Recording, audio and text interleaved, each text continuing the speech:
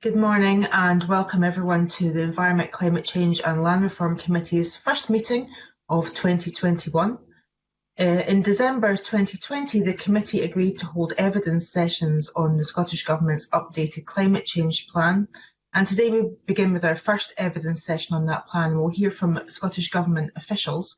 I'd like to welcome Helena Gray, the Deputy Director of Climate Change, Greg Simons, Climate Change Plan Team Leader, Sasha Maguire, the Senior Economic Advisor, Ben Dipper, Head of Biodiversity and Land Quality, Natural Resources Division, Dr Fiona Harrison, Deputy Director of Land Use and Land Reform, Simon Gill, Head of Whole System and Technical Policy, and Matt Grady, Head of Behaviours and Engagement. Good morning and welcome to you all. It's great to see so many of our government specialists in front of us. What I'm going to do in terms of our questioning is put everything to Helena, and Helena can delegate as you see deems appropriate, rather than me having to remember who's the expert on what. So I think first of all I'd like to ask Helena a sort of broad question about what assumptions you've made around where we are in 2020, but also particularly I'd like to ask why the land use change and forestry sector has changed from being a large carbon sink to a carbon source, because there's things in there that I'd like to delve into, just where we are and what we can expect in terms of land use emissions.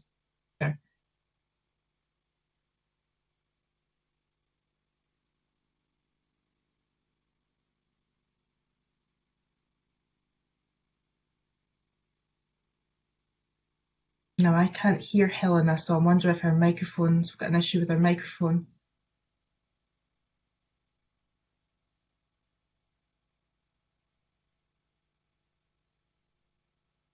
I'm wondering if Helena has maybe plugged in headphones after. That can sometimes be a bit of a problem if you've put in headphones after we've done our sound check.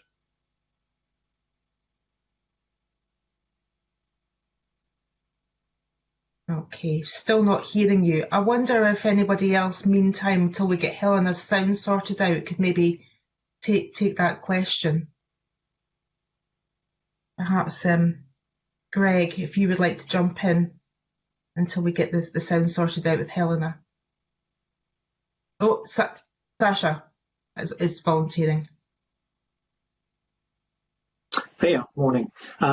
So just to cover the question around what is going on with the land use sector and why it's switching from being a sink to a source. So the situation we've got is the UK government has committed to the UN to implement this thing called the IPCC Wetland Supplement as part of upcoming changes to the UK emissions inventory. And that wetland supplement is going to have particular effects, especially for Scotland, around bringing in a range of peatland processors into the UK inventory and by implication into the Scottish inventory, which result in the baseline level of emissions for Scotland being significantly revised upwards.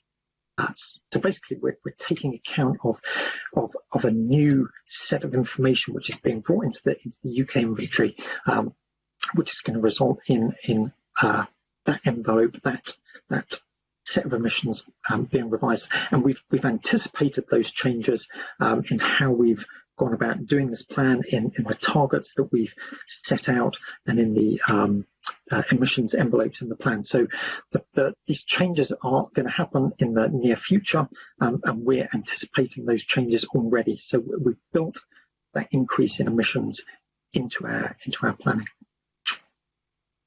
I might need you to clarify some of that, because is it a case of like the way things are measured been changed? Is that what the crux of this? Sorry if I'm being a little bit. No, sure. So it's not so much about how things are measured; it's what is included or excluded from the account. So a new category of emissions is being brought into that accounting system, and that's what we're taking account of here. Okay, can I pick up on my broader question as well? I mean, about what assumptions you're making about where we are in 2020, as you in general, because obviously the last figures that we had were around 2018. Am I right about what the emissions are, the current baseline of where we were? In terms of 2020 figures and what you're working from, what assumptions are you making? Well, in our modelling and in the envelopes that we produce, the 2020 figures that we use are based on the target level of emissions that we need to achieve in 2020. So those figures that we're using, our 2020 envelopes and so on, they're based on the target level. So it's not an estimation of our expectations around 2020. We don't know those yet. We won't know that until next year. So it's based around what we need to achieve and how we think the best way to achieve those targets.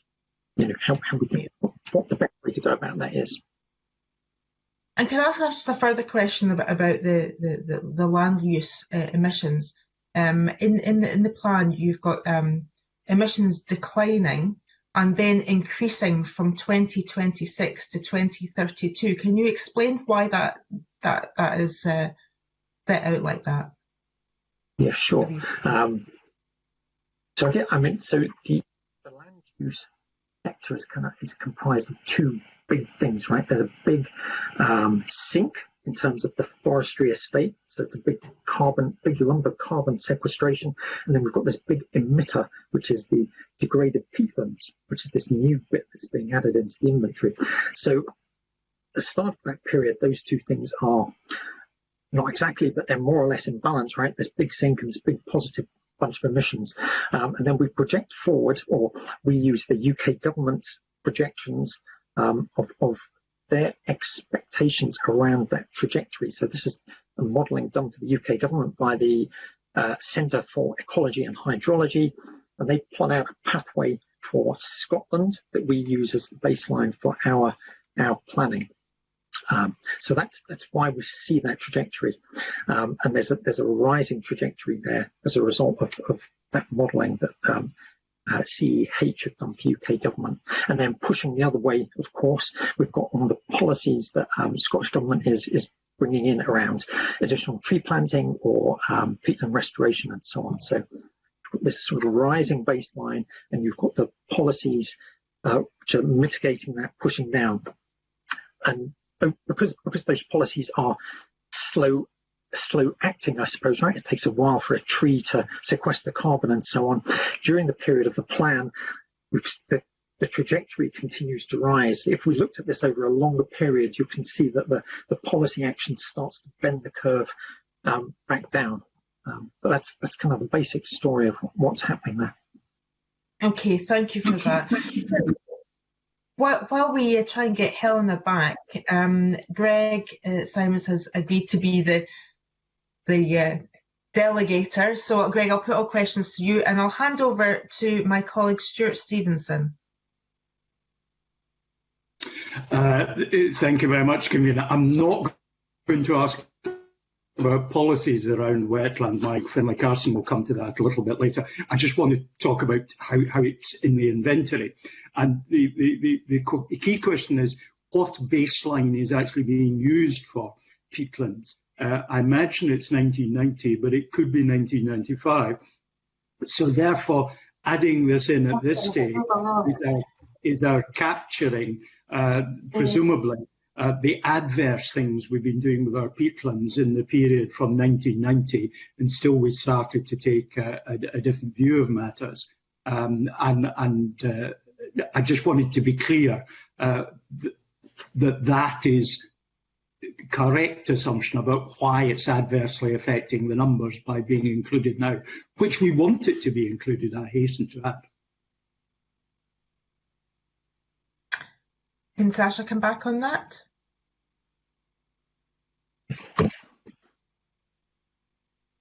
Yeah. Yes. So the baseline for all of our target calculations is 1990. Yes. Right.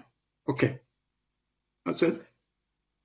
Stuart, can you continue with your next line of questioning, please? Yes, I can, convener. And my assumption is that this is only based on job titles, that this might be for Matt Grady. And I really want to just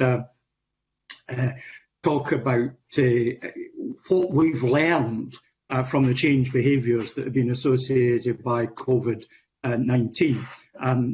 We know pretty much, for example, that people are travelling less, broadly speaking. But that's good news and bad news, because the travelling they're doing is more in private cars with a big footprint and less in public transport with a small footprint. To ask, what engagement have we had with stakeholders and the general public in the development of the new plan, in the context of these change behaviours that have come from COVID-19, and essentially what steps we're going to try and take to capture some of the benefits of those change behaviours from a climate change point of view.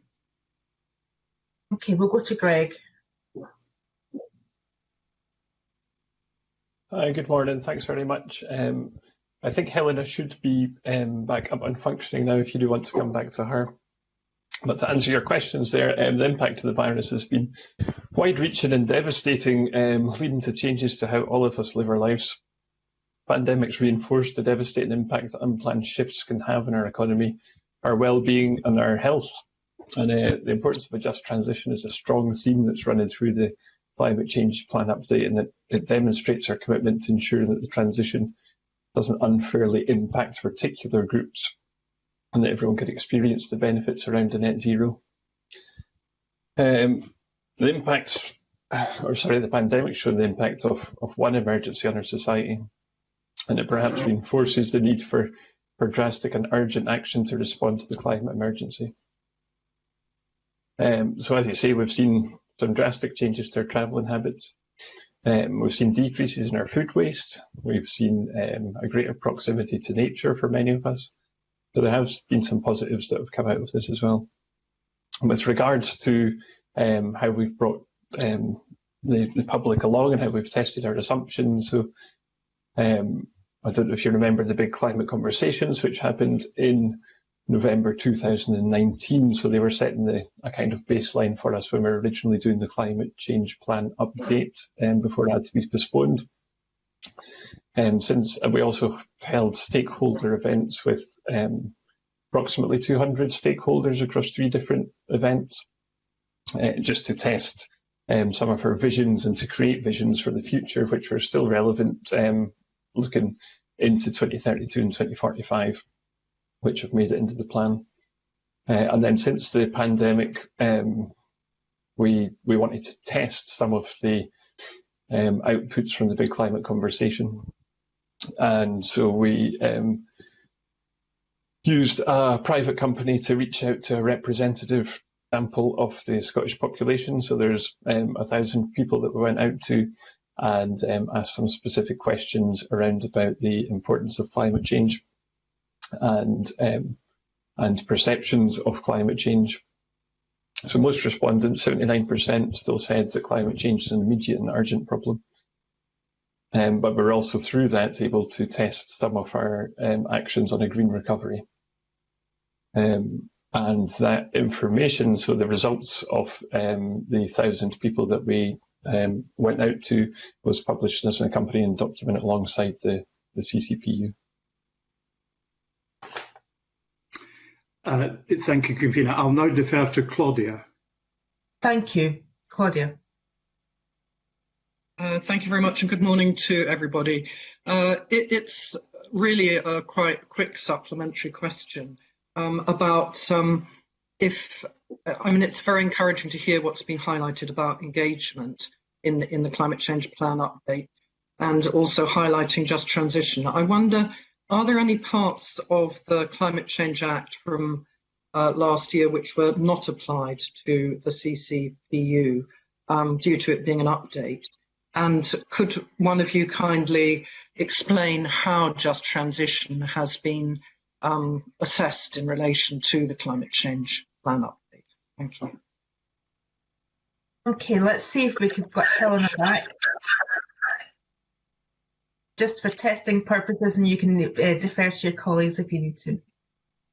Can you hear me now? You can. Wonderful. Welcome. Excellent. I'm so sorry about that.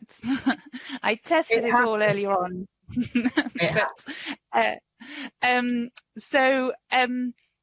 On the question as to how the Act was applied, as Ms. Beamish says, this was an update to the climate change plan. So the statutory duty, so it was not laid in accordance with Section 35 of the 2009 Act, and as a consequence is not a statutory document in that sense. Nonetheless, the update is to be read alongside the statutory 2018 plan and sort of acts as a bridge between the previous and current statutory frameworks insofar as it includes policies and proposals designed to meet the updated targets. In terms of how the Just Transition was embedded within the climate change plan update, you'll have seen that we pulled it out as one of the core themes in the document, really referring to sort of how that was being taken forward. And I think it's fair to say that it's embedded throughout with a focus on jobs, on impacts, and on understanding the implications of the climate change plan update. And of course, we took on board the interim recommendations, the interim report of the Just Transition Commission that was published earlier on in 2020. But of course, we look forward to the final report of the Just Transition Commission later this year, which will of course give us a further thought from that as well. Yeah. Claudia, you want to come back in at all? Can I ask a quick question? Thank you, Claudia. Can I ask a quick question on how the sectors were decided upon that you've referenced in the update? Yeah, absolutely. So because the climate change plan update is an update, we felt it was important to maintain the 7 sectors that were set out in the 2018 plan to allow a read across between the 2 documents. The one exception to that is that the climate change plan update does include a new chapter for negative emissions technologies. These are a relatively new and evolving fields, and the next chapter in the climate change plan update pulls negative emissions from technological sources. There's a potential to deliver negative emissions across several sectors, so we thought it was important to pull that out into one chapter to allow a clear articulation of the role of negative emissions technologies in the climate change plan update. Thank you. That's really helpful. I'm going to hand over to my colleague Mark Ruskell, who has some questions on the methodology used. Mark. Yeah, thanks very much. Good morning, everybody. I wanted to ask a number of questions about the times model. But I think given the restrictions on time this morning, we'll put some of those in writing to you. But perhaps a more broader question about times. I mean, it is obviously an energy model. We've had various, thoughts about that model in this committee before, but it does seem to have struggled in this context to find a very clear pathway to meeting the 2030 75% target, and as a result, you've needed to then consider adding additional abatement and effort onto what times could manage to quantify. So I wonder if you could say a bit about what the kind of thinking, what the methodology was behind that, and in particular, how you've treated both the agriculture and the industry sectors in relation to the additional abatement that you're requiring those sectors to undertake.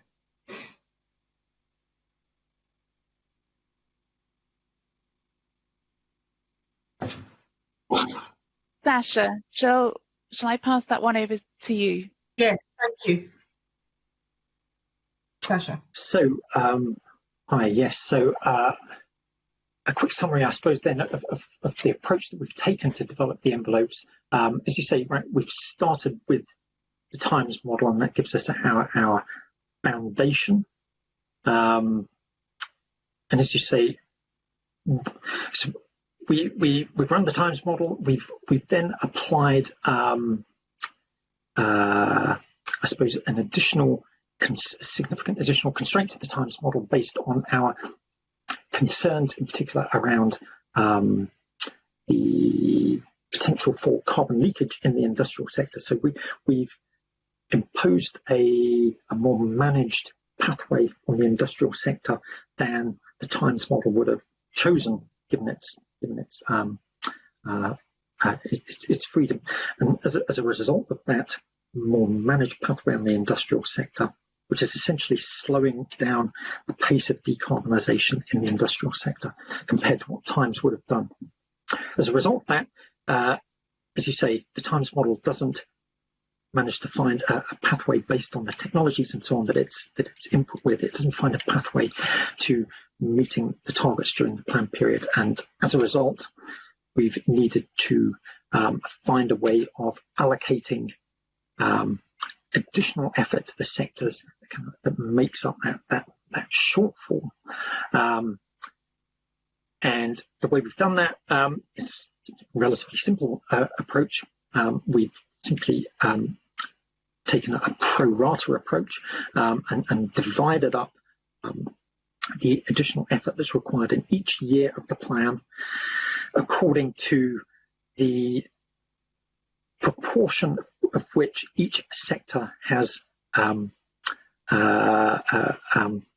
responsible for the emissions reduction in that year. So we basically pro rata the additional effort that's required. And the exception to that, or the two exceptions, obviously we don't apply any of that additional effort to the industry sector because we've got this more managed pathway, and we also don't apply any of that additional effort to the agriculture sector. And as we explained in the plan, that additional effort that would, under that method, have gone to the agriculture sector is allocated to the land use sector. So that's sort of, that's kind of a brief overview of what we did and how we got to where we are. I'll maybe stop there and let you follow up. Yeah, okay, thanks for that. I mean, in terms of carbon leakage or offshoring, I'm just wondering about how you make a judgment about these things and really who informs those judgments. How is that arrived at? I'll give you an example.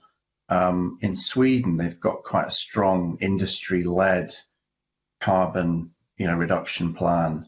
There, the industry seems to be going above and beyond the ETS reductions that are required each year because they see a space for, say, their steel industry to move into in terms of a low carbon. Where's the assumption that by going beyond ETS reductions, that will suddenly lead to an industry going, nah, we'll just move offshore and go somewhere else? And where would they go to? So I'm interested in kind of where that thinking comes from, because it makes quite a big difference to the plan, that assumption. It does make a big difference. I'm possibly not sufficiently expert to go fully into the detail on this, but I guess the judgment that we came to was that that there are risks to the industrial sector if it becomes less competitive on a cost basis, and that would happen if Scottish industries are required to decarbonise at a faster pace than their competitors within the EU or even within the UK as a whole. So we've made the judgment that in order to ensure that we don't end up with this slightly pointless situation where emissions are just happening elsewhere, that the most appropriate way to manage that risk is to track what we anticipate this new UK ETS arrangement is going to look like, and thereafter, for the later part of the period from 2025 onwards, we basically follow how we've interpreted the advice of the Committee on Climate Change, who've also sort of recognised those risks and you know, acknowledge that carbon leakage is a serious concern and one that we need to manage. But I'm still struggling to work out who defines that risk, because you're talking about economic risk of investment going overseas. So who defines that? It's not Times that defines that. It hasn't been defined in the Times model in that way. No, it's been the judgment that's been made by the experts and so on within the relevant policy teams in Scottish Government. Right, based on what? Conversations where, you know, work with economic analysis? I'm not sure where the assumption comes from. As I say, I probably, at the limit of my sort of expertise on the precise evidence base that sort of underpins that, I think that's probably something we'd need to come back on. I see that Helena wants to come in. Helena, can we go over to you?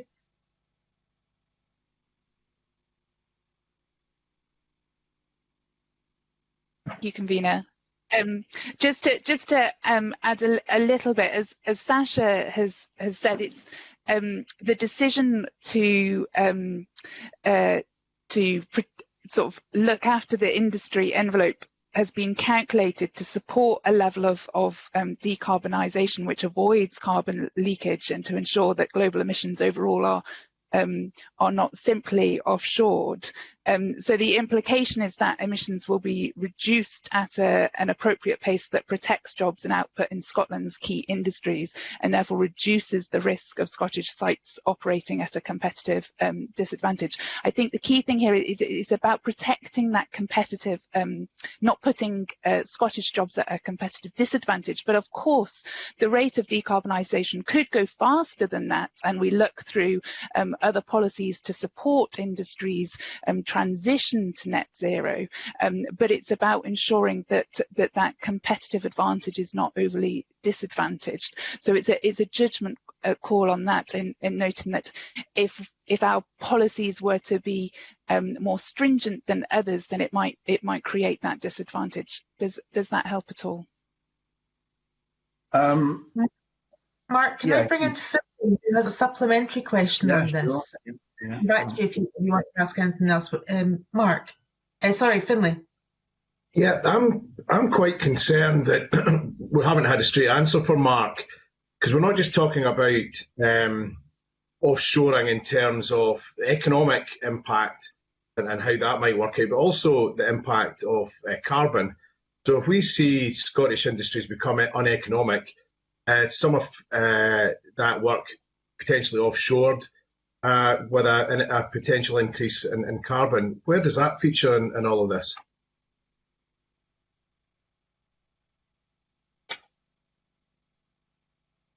Sorry, I'm not quite sure I understood that question. My connection broke up a little. Could I ask for it to be repeated?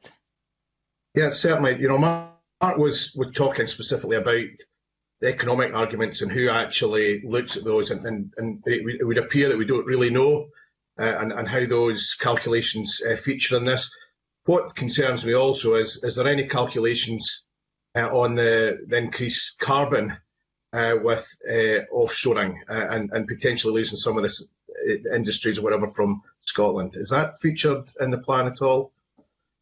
So in terms of the economic analysis, I suppose I think it's important to remember that that Times is just a model. So we put in constraints, and then we look at what the implications of those are. So we put in a constraint that effectively look to protect and prevent against carbon leakage just within the model, and in terms of the information that was taken to inform that, I don't have the exact economic studies to hand, but if that's something that the committee would welcome further information on, we can come back to that. I think it's important to note that the CCC themselves have recognised that although that industry is a hard to treat sector, that there are obviously avenues through which emissions can be reduced to lower levels, and it's on this basis, looking at some of the CCC analysis, that the post-2025 trajectory for industry in the climate change plan update has been based. But happy to revert back with a bit more detail on that if the committee would find that helpful, I think. Yes, I think we will write to you with some of the detail on times, because we do have a few more questions on that, but probably not enough time to go into it in the live session. I'd like to bring in Liz Smith, who has got some questions around the sector, how the sectors work and the policies around decisions made in each sector. Liz.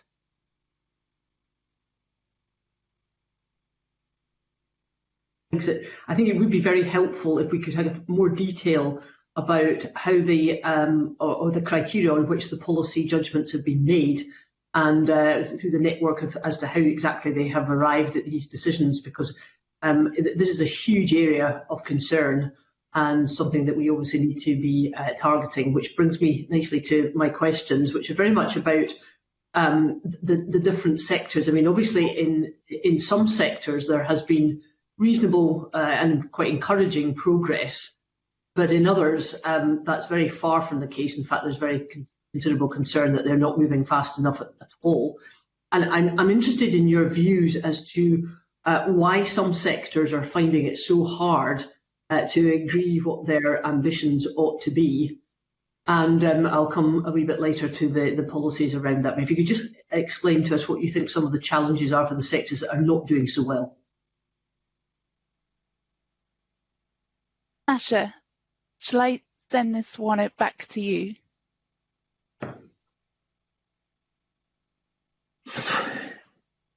Okay. I mean, I'm not sure I've actually got the answer to this question, to be honest. I mean, so the question is why some sectors are finding it easier to decarbonise than others. Is that sort of the gist of? Yeah, I mean, if you look at the evidence that we do have, there are some sectors that have made pretty good progress on exactly that, but there are others, for example, transport, where that's very, very much not the case. And what I'm interested in is if we're driving policy at specific areas, we need to understand what criteria are being used in order to facilitate that policy. But the second thing is we need to understand what it is that's holding some people back from being able to obtain their ambitious target. And I'm interested at finding out exactly why you think that some sectors are really not making the progress that we would like and expect. Well, I mean, I guess there's a bit of a distinction here between how we've gone about deciding what effort sectors should make, and I suppose a more backwards-looking question, which is possibly more what you're asking around, why have some sectors performed better than others? And I suppose we're probably a bit more in the space of that first question, thinking about what happens going forward. But I think in that backward-looking question, there's going to be such a variety of context and sector-specific issues that I struggle a bit to pick out what a top 5 or a top 10 will be. What we've definitely seen over the past 10, 20, 30 years is that a lot of the decarbonisation has been driven by changes in the electricity sector, because in some sense that is not easy, but it's been something which is well, maybe relative to the challenges we face now, it has been easier. There's been some big lumpy decisions that we've been able to make around, or that have been made, not necessarily decisions the Scottish Government to make around, for example, the operation of coal plants or whatever. And that's led to the kind of the decarbonisation, a lot of it that we've seen up to now. And now looking forward, we've got, as you're kind of identifying, we've got this much more challenging issues. And that's exactly what we're dealing with in the plan now, right? We've got policies that try and tackle those challenges in the transport sector. We've got these policies that are going to tackle some of these very thorny issues around how we decarbonise the domestic sector, domestic heating, and so on. So I think, you know, there's a lot of sector-specific challenges which have slowed down our progress up to now. I think what we've got here in the plan is a fantastic set of policies which try and unlock those challenges now and move things forward. And I guess, you know, maybe the best way to sort of answer your question around what the challenges are is I suppose to look through the policies that are now in the plan, because those policies are exactly responding to those challenges. So sorry, that's a bit of a vague and generic answer to your question, but does that help at all? Not entirely, if I may say so. I mean, I think what I'm trying to get at is that, you know, if we're scrutinising, which is our job, the Scottish Government's policies on this, and therefore how the sectors are aligning themselves to the climate change plan, that's the most important thing, that can be delivered. And so it's absolutely critical that we have put before us the relevant information, the facts about how that progress is translating when it comes to the different sectors. And you know, if you read particularly the overview of the climate change plan, you know, I think there's an expectation that obviously there will be certain challenges within the different sectors. In fact, some of the sectors are incredibly diverse, as we know, agriculture being one of them. What I'm driving at is that are there policies that we need to put in place that will help those sectors that are not performing as well as they are just now? Transport, I'll come back to. What do we need to do to ensure that they can meet the ambitious targets that they have been set? Because I think if we're going to make this work, that is surely part of the political process. We need to understand where the hurdles, the barriers are, that's not allowing them to you know, make the greatest progress. And that's what I'm asking you, is where you feel that we can address these challenges. What are they, and what do we have to do about them? Can I bring in Helena, who's offered to answer that? Thank you, convener. So I think the key thing for me here is the recognition that all of the sectors are actually are very different, and the challenges that are faced across all of the sectors are also very different. And I think one of the other things that the Climate Change Plan update pulls out is actually that there is a relationship between the sectors as well. So you can't take them in isolation. There are lots of cross-cutting issues, and I think if I understand correctly, the question is about where are the biggest challenges in the sectors, and what are the policies that are being done to address those challenges. I think my response would be that across all of the sectors there are significant challenges. The targets themselves are very challenging, and as such the envelopes and the pathways that have been set are very, very challenging. And what the Climate Change Plan update does across all of the sectors is set out all of the policies and proposals that we think are required to meet those envelopes and those challenges. So I think, much like Sasha, I'm not quite sure I could pull out one or focus in on one specific challenge, but all of the envelopes are themselves challenging envelopes, and there's a lot of that is what the policy response in the Climate Change Plan update is seeking to set out. Okay, my final point, sorry, can I just ask one final point or not? Yes. My final question is just, do you feel that within each of the sectors there is general agreement around the targets which have been set, or are you detecting there's any pushback? I'm not detecting pushback, I don't think, but I think what I think there is general agreement on is that they are ambitious envelopes, and that the policy response therefore is ambitious as well. Okay, thank you. I want to come on the back of that. I mean, you say you don't want to pick out any particular sector and drill down into that, and I can understand there's lots in there that, you know, it'd be unfair to pick on one thing in particular. But given that we've got this really stretching target of 75% reduction by 2030, is there any indication that if you could give us, as you know, that's not that far away? Where is the priority going to be? Where is it can you see that 75% reduction having more of a, where's there more opportunity in the short term to reach that 75%, given the current technologies that we have? I think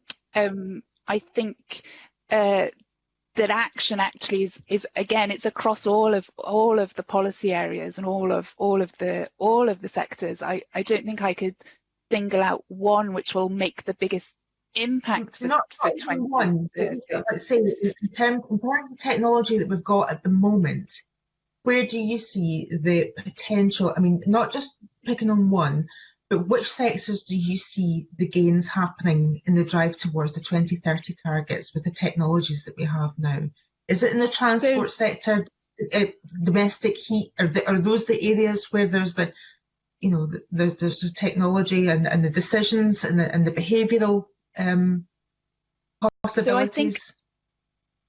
Sorry, Convener. I think across the board is where technological innovation, again, one of the sort of, I would say, themes coming out of the climate change plan update is the need for technological innovation and to learn by doing as well.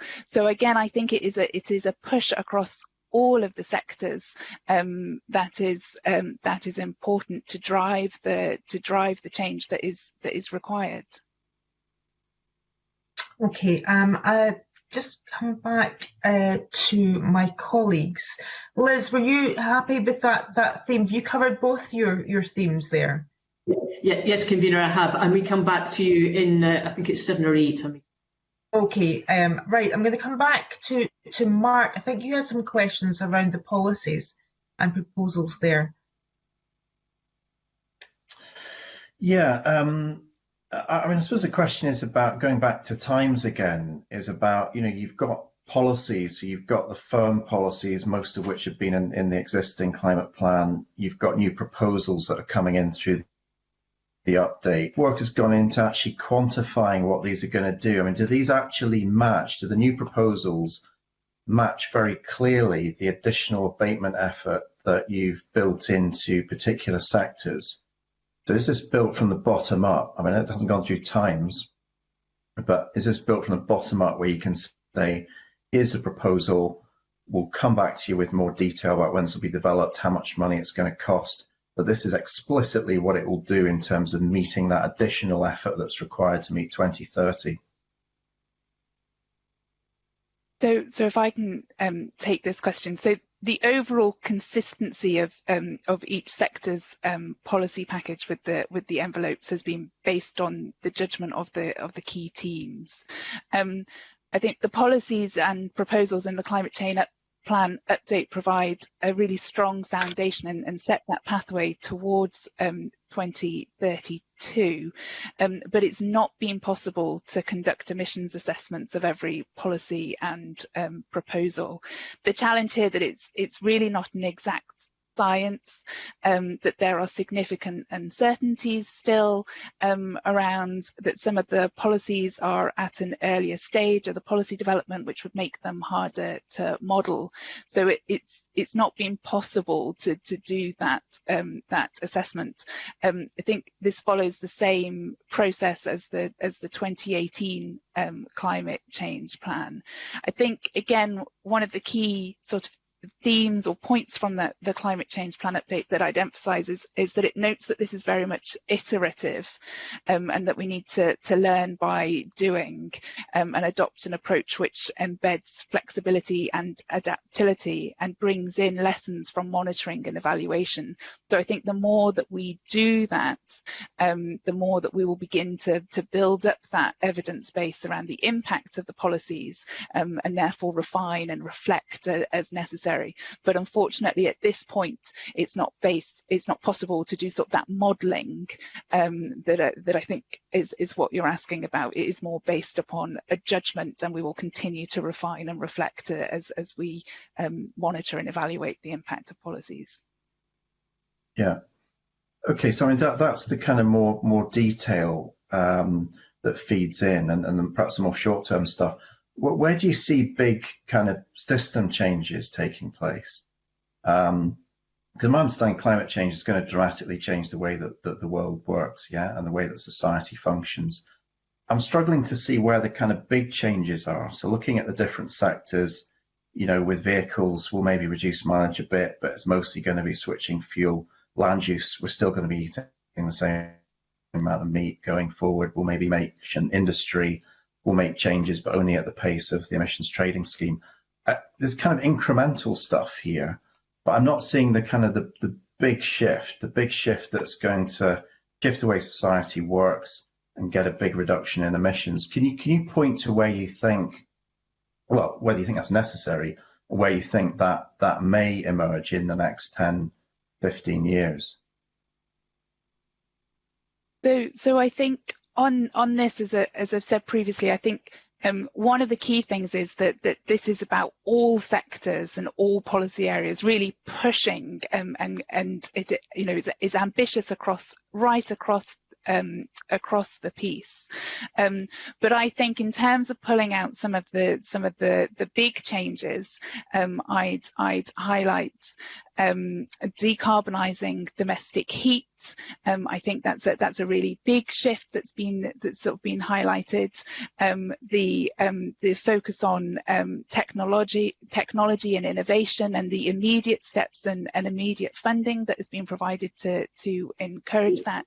I think the climate change plan update also points to really significant aspirations around land use change, sort of significant commitments around peatland and forestry as well. So I think all of those, I think across all of the sectors, there are really ambitious policy proposals and policies sort of put in place.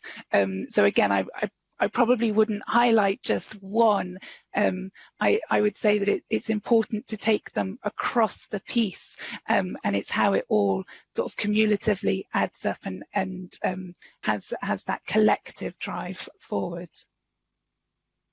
Okay, this is probably a good point to go to Claudia Beamish to expand on this line of questioning on the balance of effort between policies and proposals. Claudia.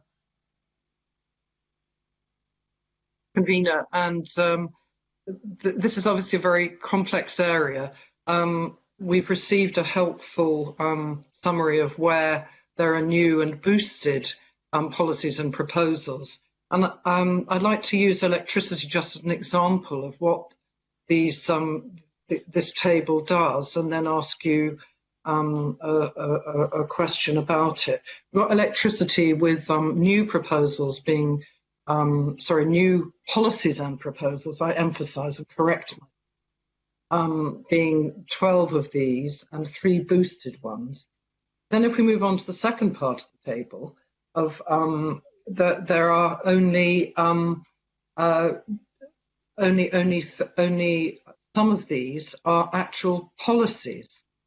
If I just quickly check paper list. So yes, it says of the new or boosted policies and proposals, significant numbers are only, are new proposals rather than policies. So for electricity, there are only 12. There are 12, but only 11 of those they're just proposals. So I'm wondering when these are only proposals, how they're really going to be implemented in view of what our convener highlighted about the very stretching targets of 75% for 2030. Is it possible to explore this further with one of you? I'm interested in your comments.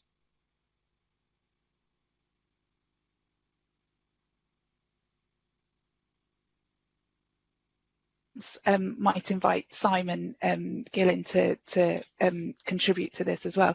I think the first thing I'd emphasise is that I think it's important to note that the number of policies and proposals in each sector doesn't equate to effort. Obviously, some of the policies it might or proposal might be captured as one, but it is in itself a very big and significant policy.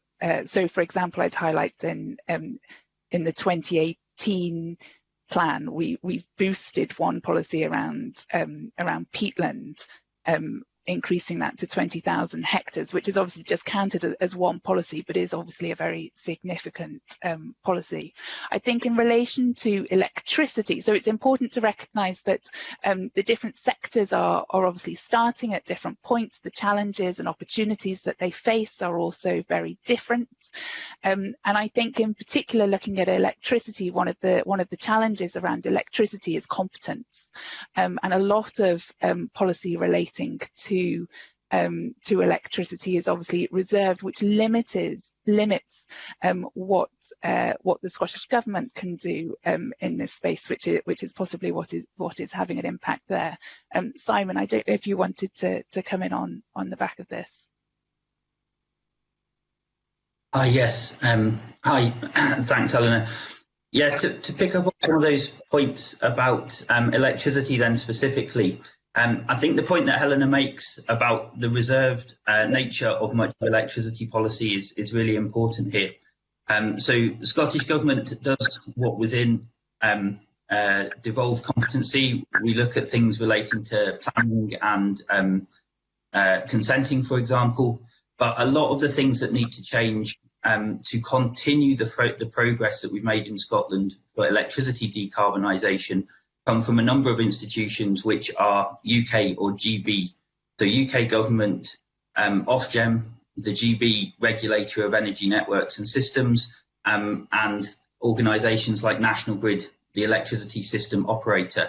And the actions that we are taking at the moment to try and influence that are about engagement with them, trying to push them to think in the right direction, in the direction that helps Scottish decarbonisation, and therefore by their very nature they are less definite in terms of what we set out as our policies as such. We depend much more on decisions that they make and responding to them and trying to influence them, so they tend to look more like the proposals as the Spice paper lays out than sort of more definite policies as you see in some of the other areas. Okay, that's helpful. Thank you both.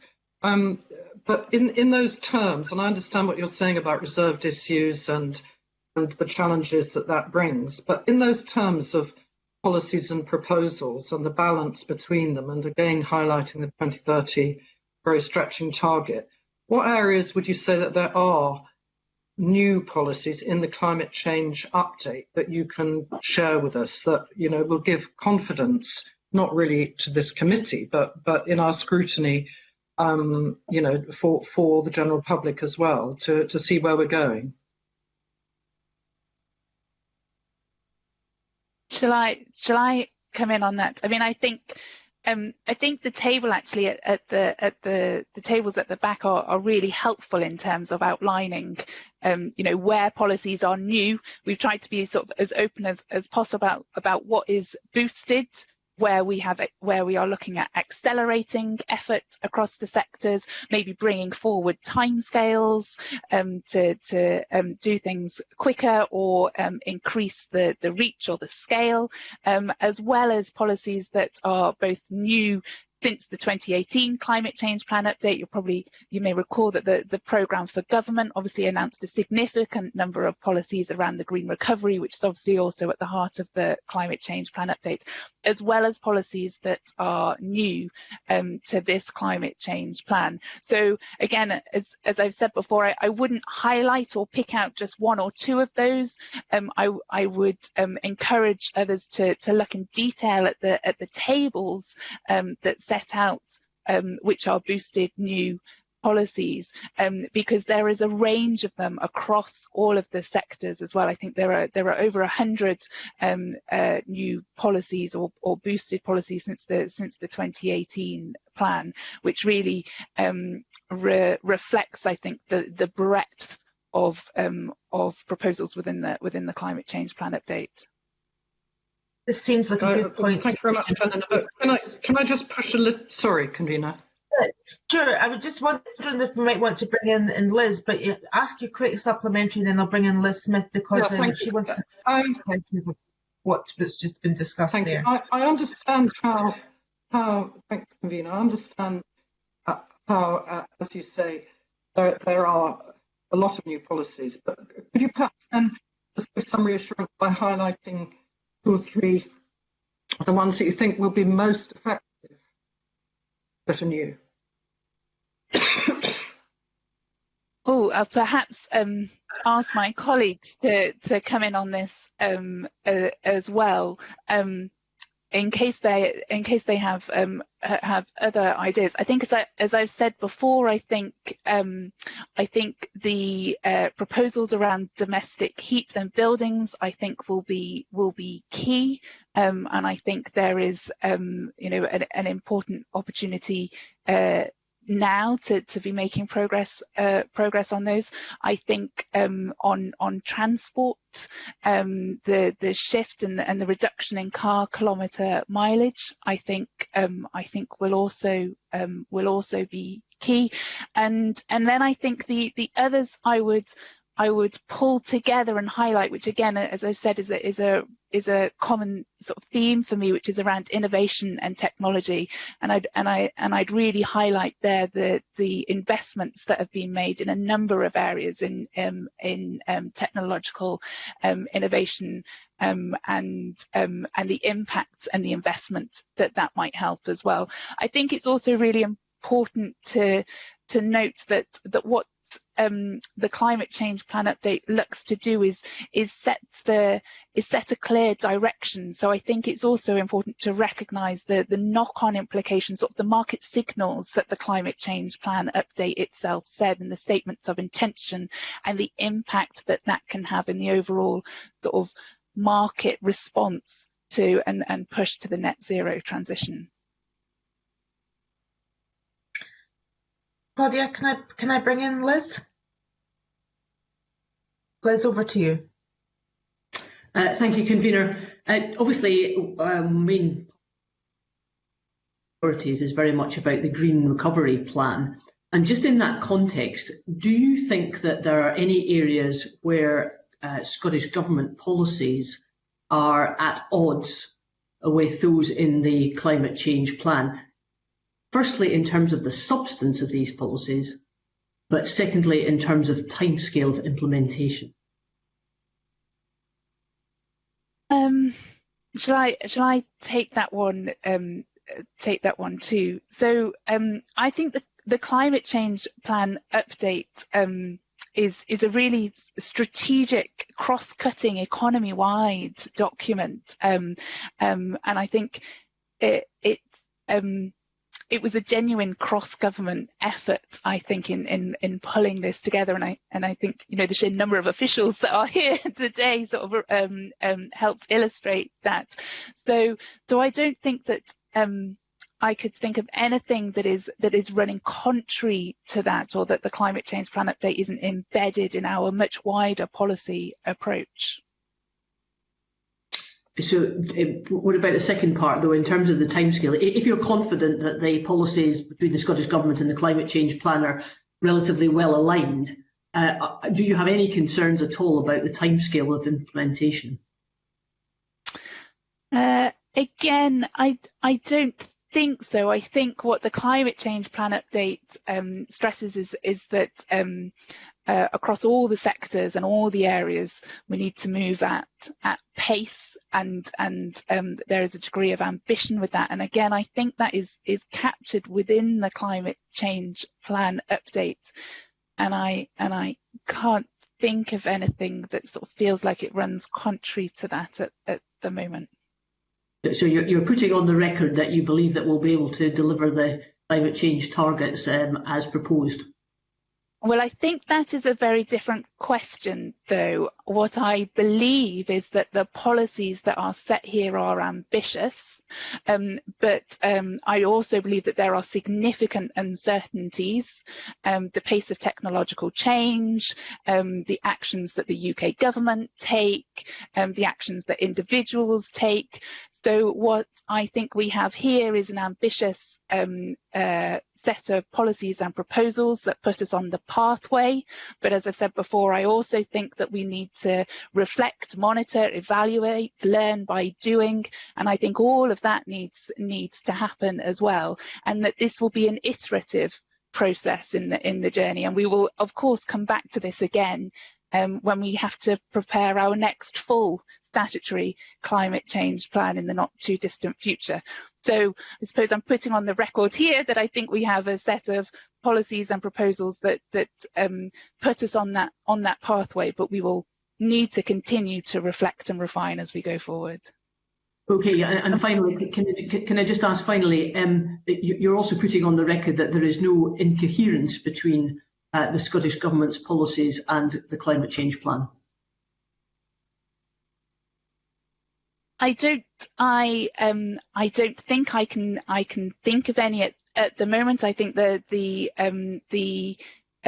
there are obviously lots of challenges and difficulties that need to still be worked through, that this is a very complex area and there will be interdependencies and relationships that perhaps I haven't even contemplated or thought of yet. But at this point in time, I can't think of any immediately as you asked, but as I've said, this is an incredibly challenging and complex environment. And I think that is again one of the things that the climate change plan update pulls out as well, is the complexities and the interdependencies. As I said at the outset, we've taken a sectoral approach, but we've also included a chapter that really talks about the need for that coordinated approach, because there are so many complexities and interdependencies here, and we are still learning and looking at those. And this is again what contributes to it having to be an iterative approach at this point. I don't think anybody has all of the answers here yet. Before I move on, two questions on peatlands from Finn Carson. Claudia, you want to come back in? I'm going to allow you to come back in for a quick question before we move on. Right. Thank you, convener. It's really to just tease out a bit more from what you're saying, Helena, which has been helpful. Our committee actually said in our green report that we need to tackle the implementation gap where solutions have already been identified but not applied, and deal with the issue of policy incoherence. Now, if one takes an example, I'll take a stark example from transport, which has very challenging ways forward it really needs to deal with as a sector. There's the clash between the road building possibilities and dealing with the emissions, and I wonder whether that sort of policy incoherence is something that you've identified there and elsewhere that needs to be really addressed as we go forward. So I don't think that there is an incoherence between road building and net zero ambitions, and I think the Chris Stark of the CCC has even said that as well. Continued investment in our road network is important to support communities and businesses across Scotland, and the National Transport Strategy is clear that will not build infrastructure to cater for forecast unconstrained increases in traffic volumes. As part of a range of actions, we need to manage demand and reduce the need to travel by unsustainable modes. And this sustainable investment hierarchy is embedded in the second Strategic Transport Projects Review, which is considering future transport investment plans. And the review will also cover the strategic road rail networks, national infrastructure investment to support active travel and island connectivity. So I don't think there is an inconsistency there. I think road infrastructure maintenance is still important, and as I say, I think Chris Stark may have said that as well. Thank you. Can I move on to Finn Carson, who has questions around peatland and land use? Thank you, convener. One of the policies that is very much in the public eye and much talked about is peatland and peat extraction policies, and we had a much lauded announcement of a multi-year funding, which I know the Cabinet Secretary was very pleased about for peatland restoration. However, given that only half of the 50,000 hectare target for peatland restoration by 2020 has been reached, and over the last 2 years we've only managed 6,000 hectares annually, and modelling suggests that to deliver on the 2032 emissions envelope for the annual peatland restoration, we need to be far higher than the 20,000 hectares. Looking at the new policies and proposals, they don't seem particularly strong to deliver that. Can I ask, do you believe that the policies and proposals are strong enough to deliver what is going to be an absolutely huge step change in delivering the estimated hectares required to reach that emissions envelope? Ben, can I ask you to take this one, please? Thank you very much for the question. Yes, happy to try and answer that. You're absolutely right. The challenge for peatland restoration and forestry within the LULUCF sector in the plan update is significant, and I think to deliver the envelopes that are now in the update implies significant changes beyond the existing targets, which are already stretching. So yes, the current target for peatland restoration is about 20,000 hectares per year. And you're right that in the last 3 years, we've probably achieved around 5,500 hectares per year. The last year, 2020, was an exception for obvious reasons, given what's been happening since around sort of the start of 2020. But peatland restoration is a new sector compared to forestry. It's quite an emerging industry, if you like. So it's starting from a fairly recent base. Since 2012, which is effectively when Scottish Government started funding the activity, we have collectively achieved around about 25,000 hectares of peatland restoration. So as you'll note, that's in 8 years, and we're now looking to achieve around that annually. So the challenge is significant. The policies and the proposals and the updates are really focused in the main part on trying to tune the engine, if you like, trying to optimize the delivery framework we have in place at the moment to get that working properly and to maintain a focus on the 20,000 hectares per year target. So a lot of the policies are around looking at working with partners across the sector to identify what barriers currently exist in that industry. You mentioned multi-year funding. That's a key one. And that unlocks a number of the other problems that are sort of embedded in the sector around, for example, contractor supply and confidence, skills and training and so on. The Cabinet Secretary convened a peatland summit on the 14th of December, just shortly before the update was published, where we worked with landowners, managers, contractors, delivery bodies, the third sector, a whole range of bodies to really start to unpick some of these problems that have been around for a while, But we really now, in the context of the new plan update, we really now need to get this machine motoring, if you like, and get things running better to increase the delivery and efficiency of this. In parallel with that, the outputs of that summit I mentioned will inform a review of peatland restoration governance that we're also embarking on with our current delivery partners. So that's all around, as I say, increasing efficiency of the operation, of streamlining application and funding processes. We've just instigated permitted development rights for peatland restoration to ease that process through colleagues in planning. We want to expand the number of delivery partners we have. We want to underpin the provision of training to support the development of green jobs and skills in the rural economy. And we want to increase the number of boots on the ground, if you like, the number of people out there working with landowners and land managers to work on the hearts and minds challenges that we will have around, that we needed really to deliver these transformational changes that we're going to need in land use to bring around to meet the envelopes that we've got in the update. So there's a whole range of different actions we're really taking that are about process, about getting the thing moving better than it is at the moment. Now, parallel with that, there's also a sense that this isn't just about peatland restoration on existing peatland. The plan talks in a number of places around the need to bring in other sectors, for example, agriculture. And this is predicated on the fact that the savings that you can gain from restoring peatland on different types of land aren't the same. So if you restore peatland on cropland, for example, that's being grown on peaty soils, you can save around 38 tonnes of carbon equivalent per hectare.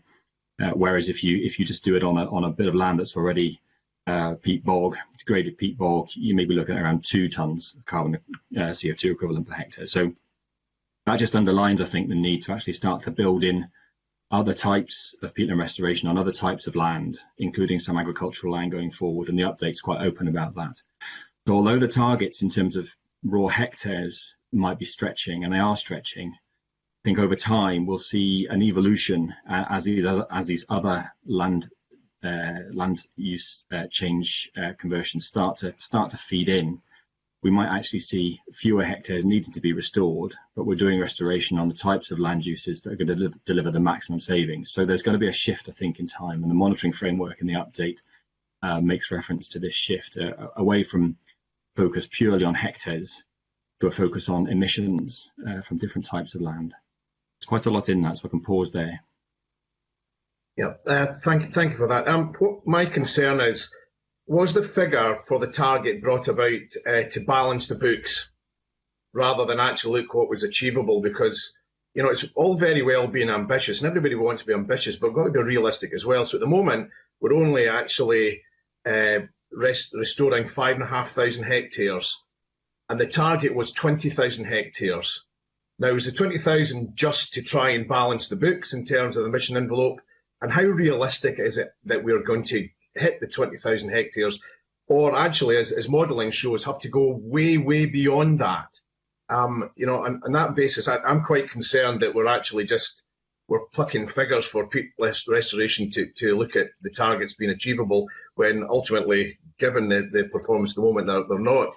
So can I ask you, over what timescales will the new policies and proposals actually be developed, so we can see whether the peatland restoration targets are achievable? The range of different policies will take effect over different timeframes. That's fair to say. There's as others have said in the conversation that preceded this, there's a whole range of different types of policies that will go forward at different speeds. But certainly the priority for us now is, as I mentioned, to really focus on the process, the delivery mechanism that we have at the moment, overhauling the delivery structures that we have, the way bodies work together to get the thing running better now. And then we can get that in a better place, and then we'll be more able to then respond to the challenges of increasing restoration even beyond the current target.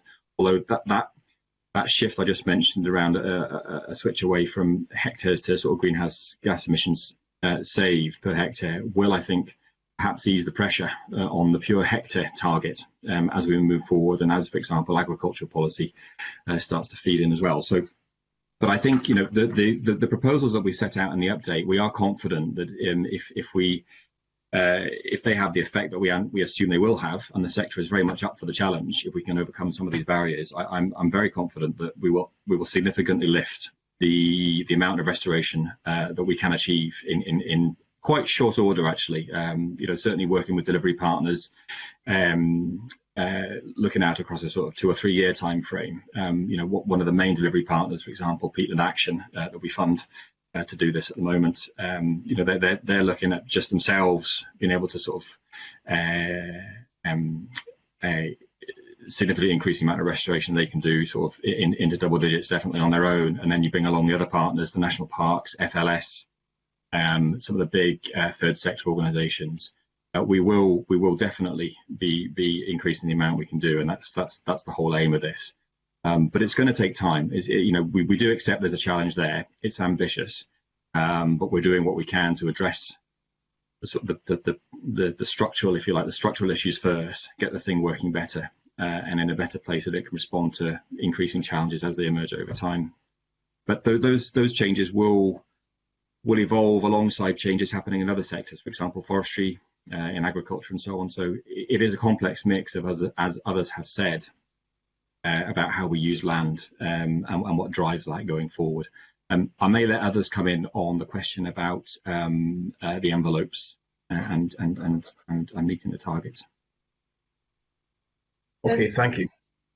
I'm going to. I'm very aware of the time constraints we have now, so I'm going to move on to strategic land use and land use change. And the draft update plan is clear that we need to have land use change on a large scale. And to the mechanisms that have been discussed and hopefully brought forward, regional land use partnerships and frameworks, there's still some way to go to make it clear exactly how these are going to work and how they're going to be funded. I know there's quite a bit of concern within the agricultural sector that the way forward is not clear. Future rural policy. I know Chris Stark in the past was quite critical of the Scottish Government's pace in actually bringing forward future agricultural policies, because you know, the large policy mechanisms that are going to be needed to deliver the land use change to the extent that we need are going to be huge. So what I would like to ask is, the plan is clear that we need large scale change, but has those land use changes been modelled? So have we looked at the impact of change in agriculture? Have we looked at the tree planting plans and whether we've got the right approach? The right tree in the right place is really important, whether we need to look at policies to plant more native broadleaf species rather than the cash crops that we see in you know, the plantations we're seeing at the moment. So can I ask you know, whether these land use changes have been modelled, and when are we likely to see regional land use and future agricultural policies take those on board? Thank you. Fiona, could I ask you to take the lead on this one?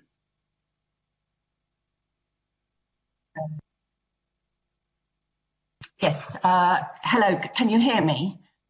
We can, yes. I've been having trouble hearing, but I think I've got that question.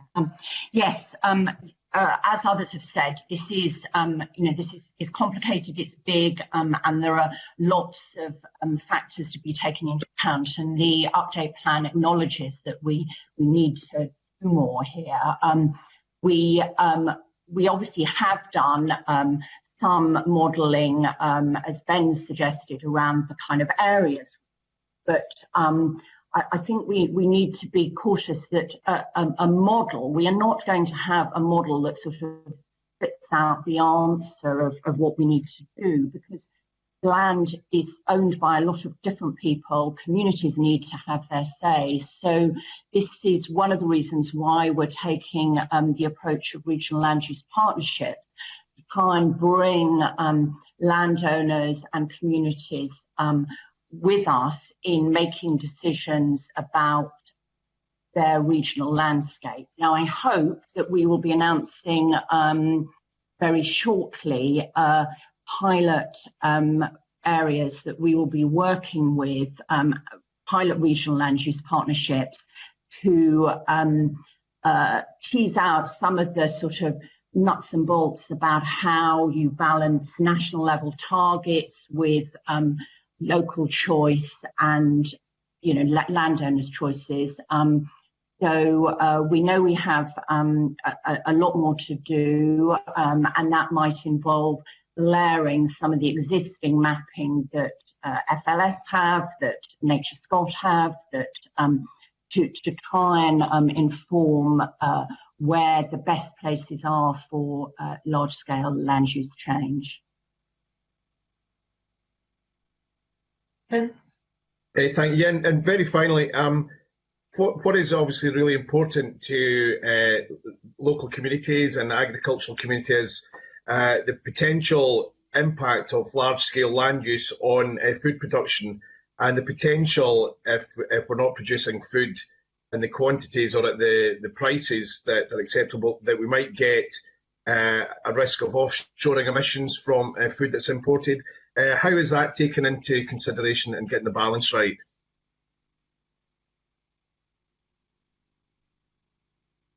Fiona, would you like to take this one again? Sorry, yes.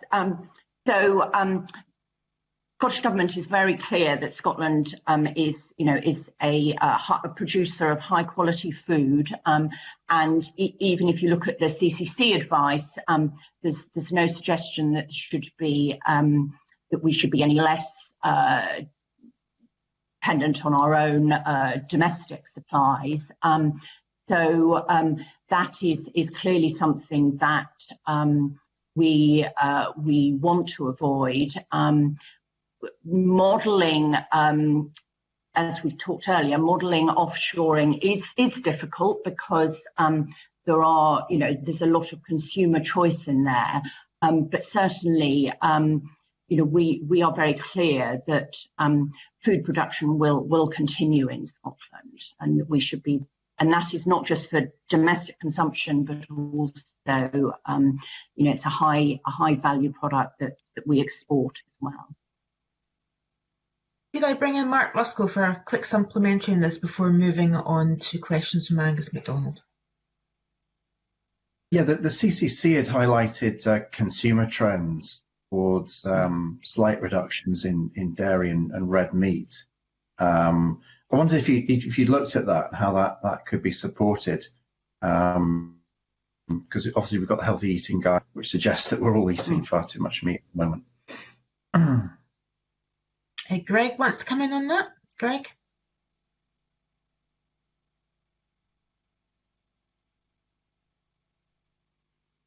My mic's on, thank you.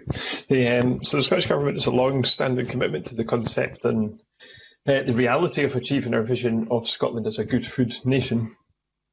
So as you may know, the Good Food Nation ambitions, they kind of cut across these 5 key areas of health, social justice, knowledge, environmental sustainability and prosperity. We're working hard to make a real and positive difference to the lives of the people in Scotland, including by ensuring that the sustainability of our food industry. So work is ongoing to achieve our commitments set out in the programme for government, which included working with businesses, the public, third sector, to develop guidance so that more people are encouraged to eat locally produced, sustainable and healthy food. And that supports our aims to tackle climate change, alongside the development of the local food strategy for Scotland. In addition, the Scottish Government's long supported the need for a healthy diet. So Food Standards Scotland have a well-established set of guidelines on how to achieve this. The guidance includes the needs for a healthy level of consumption of red meat and dairy products, and a marked increase in the consumption of fruit and veg within the average Scottish diet. Interestingly, there has been a significant increase in the fruit and veg grown in Scotland over recent years. So there's been a 26% increase in the area of vegetables grown, 17% increase in the grown area for fruit.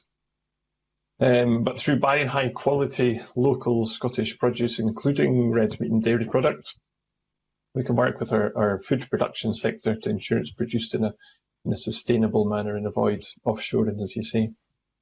The Scottish Government also provides support through the Climate Challenge Fund. So just to say briefly that in 2019 and 20, a third of those projects had food and reducing food as their focus. Thank you. We must move on. We've got a couple of other areas to cover. Can I go to Angus MacDonald, please? Okay, thank you, Convener. I'm conscious of time, Convener, but if I could turn specifically to waste and the circular economy. Now, we know that the draft CCPU states that the concept of a circular economy is relevant across all sectors and to public procurement. So, firstly, where would you say the key opportunities are to integrate circular economy principles across different sectors, for example, into construction, agriculture, energy or procurement? Greg, can I ask you to take the lead on this one, please? Thanks. So analysis has been undertaken to identify the priority areas and try and embed that circular economy principle within the wider green recovery.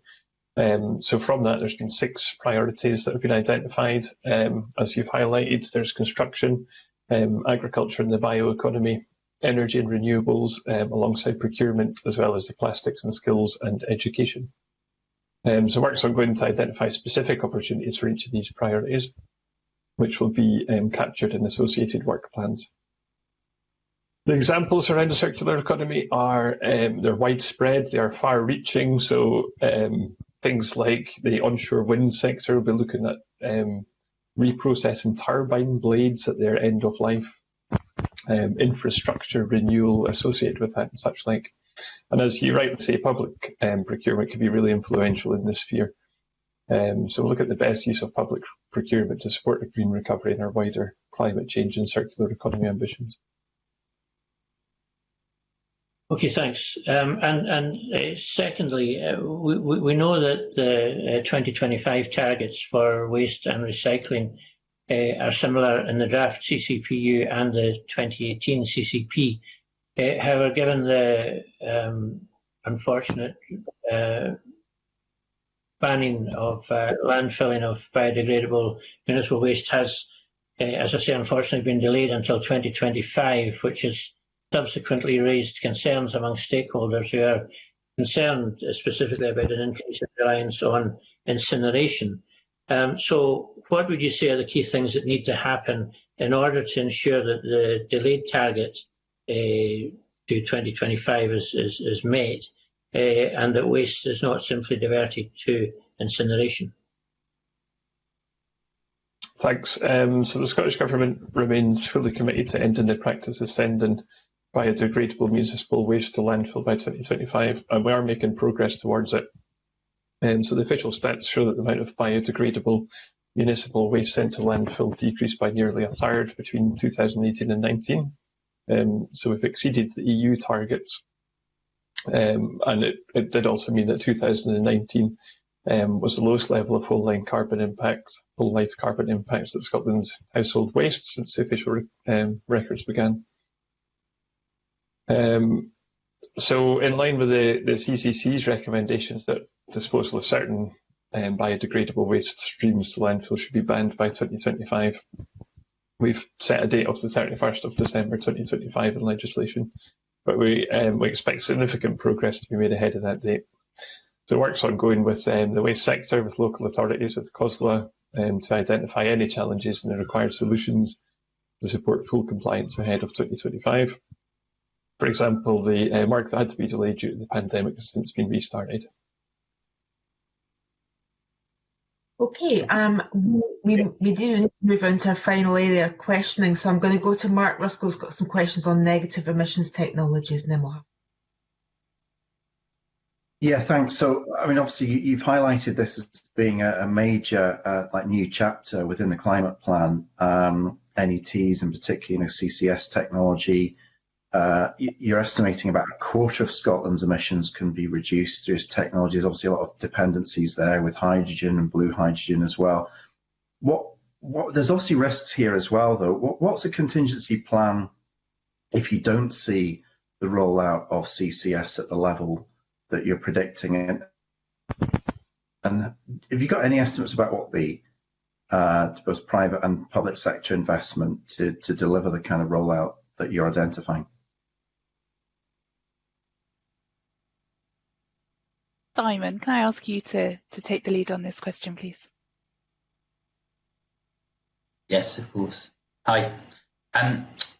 So yes, thanks for the question. So as you say, the negative emissions sector has become a major part of the climate change plan update and is responsible for a significant fraction of the emissions reductions by 2032. Just to make sure we're talking about the right aspect of this, negative emission technologies are technologies that remove carbon from the atmosphere across their life cycle. So it includes things which combine CCS, carbon capture and long-term storage with processes and ways in which we extract carbon from the atmosphere. And out to 2032, the main ways that might happen is through the growth of biomass for bioenergy crops, or through direct air capture. So those are the technologies we're talking about. It's kind of a bundle of technology. It's not just the CCS infrastructure on the end that we need to think about. And you're right to highlight the fact that there are risks and uncertainties about what might happen in this space. It is an ambition that needs a strong focus on it to deliver the levels of emissions reductions we're talking about by 2030 and 2032. And I think the key area of the risks from a Scottish perspective are the fact that, as with some of the other areas, a lot of the decisions and a lot of the things that need to change are reserved to UK government. Two sectors in which this is most likely to happen, I think, in the next decade or so is industry and electricity. If we're looking at things to do with electricity generation, such as BECCS power stations, which would burn biomass in a power station connected to a CCS infrastructure, then the ways of supporting that involve the structure and design of the electricity market and the support mechanisms that go with it. So the equivalents of things like CFDs that are used today, the lengths of contracts that are available in the electricity market, the level of confidence that very much managed market can give to developers in order to bring forward investment on that side. Another area where revenue and income can be developed for these sorts of projects is in terms of the value they create in terms of carbon removed from the atmosphere. And that's going to depend on the way that things like the replacement for the ETS develop. And I know that is something that will be taken forward by both UK government, Scottish government and the other devolved administrations. And that group of UK governments has flagged the fact that the replacement to the EU ETS needs to consider how to deal with nets and negative emissions.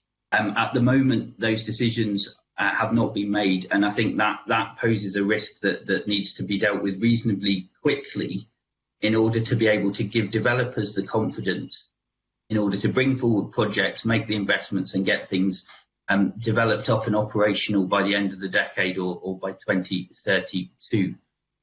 So you also asked then about what the sort of the backup plan is, and I think what we've tried to make clear in the climate change plan update is the fact that we are aware of these uncertainties. We need to make that urgent focus, but we also need to keep track of how we're doing. We need to make sure that projects come forward in the next few years, that we can start to see specifically where those projects are going to be, what applications they're going to be using, who's developing them and who's putting the investment up for those. We need to make sure that we are confident that where these projects involve the use of bioenergy resources, that the scale of that use is compatible with many of the other sectors, particularly land use, where we're talking about bioenergy resources that might be grown in Scotland, but also a wider international sort of sustainable market in bioenergy as well. So we need to consider that, and we've laid out the fact that we will set up a bioenergy expert working group to make sure the evidence base over this year and next is built up very strongly to support that. And I think what we try and say is that through that monitoring, through keeping a very close track on the progress that we are making over the next couple of years, by the time we get to doing the next full climate change plan, we will be very clear which sectors on which locations are going to be the places where these nets are delivered. And we can then, assuming that they've come forward in the way that we hope, we can then put these negative emissions back into the sector envelopes. I think Helena said earlier on that you know, as we're looking at the next climate change plan update and the statutory requirements about that, we can look to move back towards the original 7 sectors. And the other thing we can do at that point is take stock in the next couple of years. Have we made the progress needed? And if not, do we need to reallocate the emissions that are currently listed as negative emissions to other sectors if the progress hasn't been as fast as we had hoped? I'll stop there and see if I've answered your key points. Yeah, we will have to wind up because we have run over time. There's a number of things that we maybe haven't got to, and we will be following up with in writing, Helena, some of the things that we just haven't had time to get to, particularly digging into some of the answers that you've given and asking supplementary questions. So thank you very much for your time this morning. We're going to take a short break to allow a panel changeover, but we'll suspend now.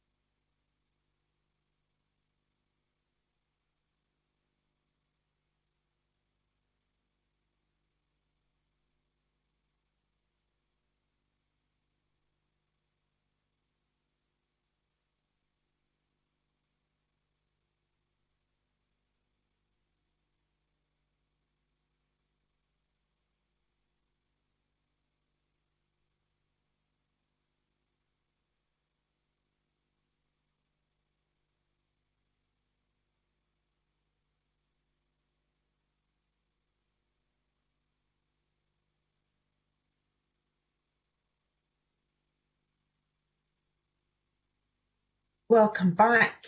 For a second item today, we will be taking evidence from Scottish Government officials on the Conservation of Salmon Scotland Amendment Regulations 2020. And I'd like to welcome Keith Main, the Policy Manager for Salmon Recreational Fisheries of Marine Scotland, and Dr. John Armstrong, Director of Freshwater Fisheries Laboratory for Marine Scotland Science. Welcome to you both. I believe you would like to take us through the implications of this first, and then I would ask members if they have any questions of our two guests, if you could please use the chat box. Keith, over to you. Good morning. Thank you, Convener. Can I just start by offering apologies for Dr. Antje Branding. He is the head of the recreational fisheries team, salmon and recreational fisheries team. Unfortunately, Antje is unwell, otherwise she would have been here to talk about not just the regulations, but any wider issues. I don't cover everything that Antje will cover as head of the team, but obviously we'll try to answer any general questions as best we can, and hope that we can do today. If not, we'll certainly follow up as possible. If I may, there's a couple of general points that I know Antje wanted to make for the committee. One of them inevitably is to mention the implications of the pandemic on fishing, angling, as it has affected us in the past year. When the first lockdown happened last March, angling was one of those activities which just stopped because of the various prohibitions going on. We were able to work with the sector and develop guidance which allowed an easing of the restrictions on angling to a certain extent from the end of May, but we're very conscious that some of the fishing was, the fishing effectively stopped through March, April and May at a time when spring fishing is very much a big activity for anglers.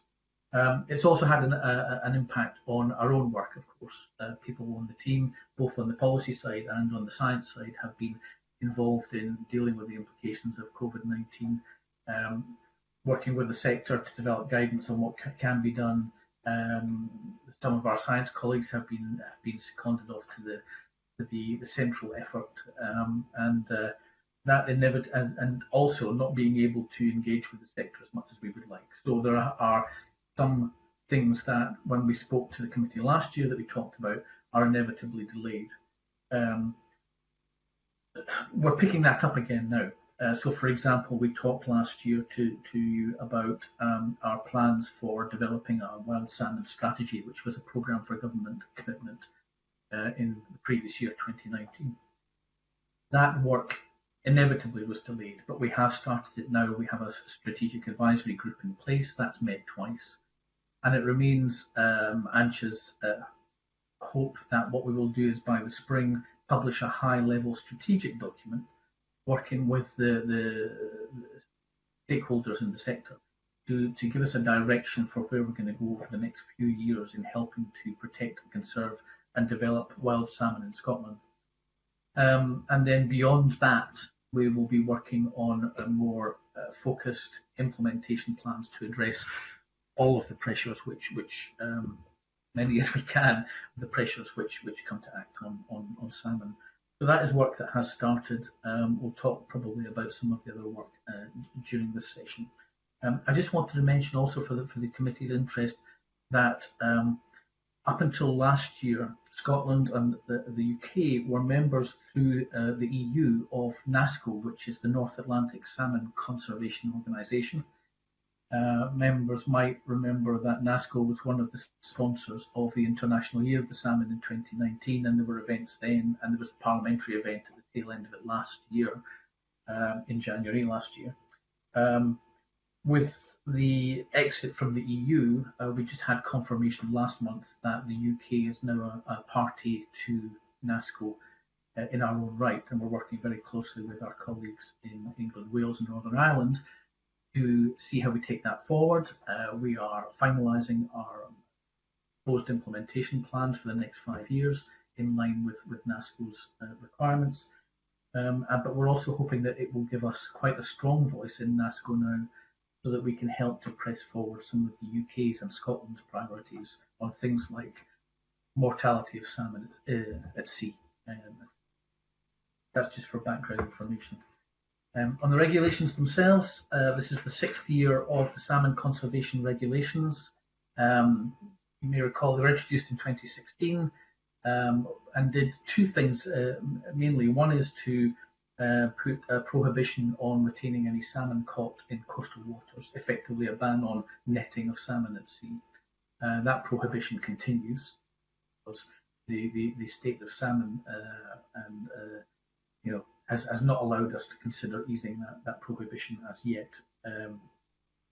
And secondly, we introduced this annual assessment of the 173 rivers, as we now assess salmon rivers and their tributaries across Scotland, and decide on a year-to-year basis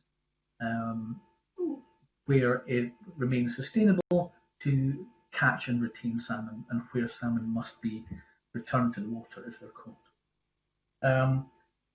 We, as ever, my colleagues and John Armstrong will talk about this perhaps, but my colleagues completed the appraisal based on 2019 catch data.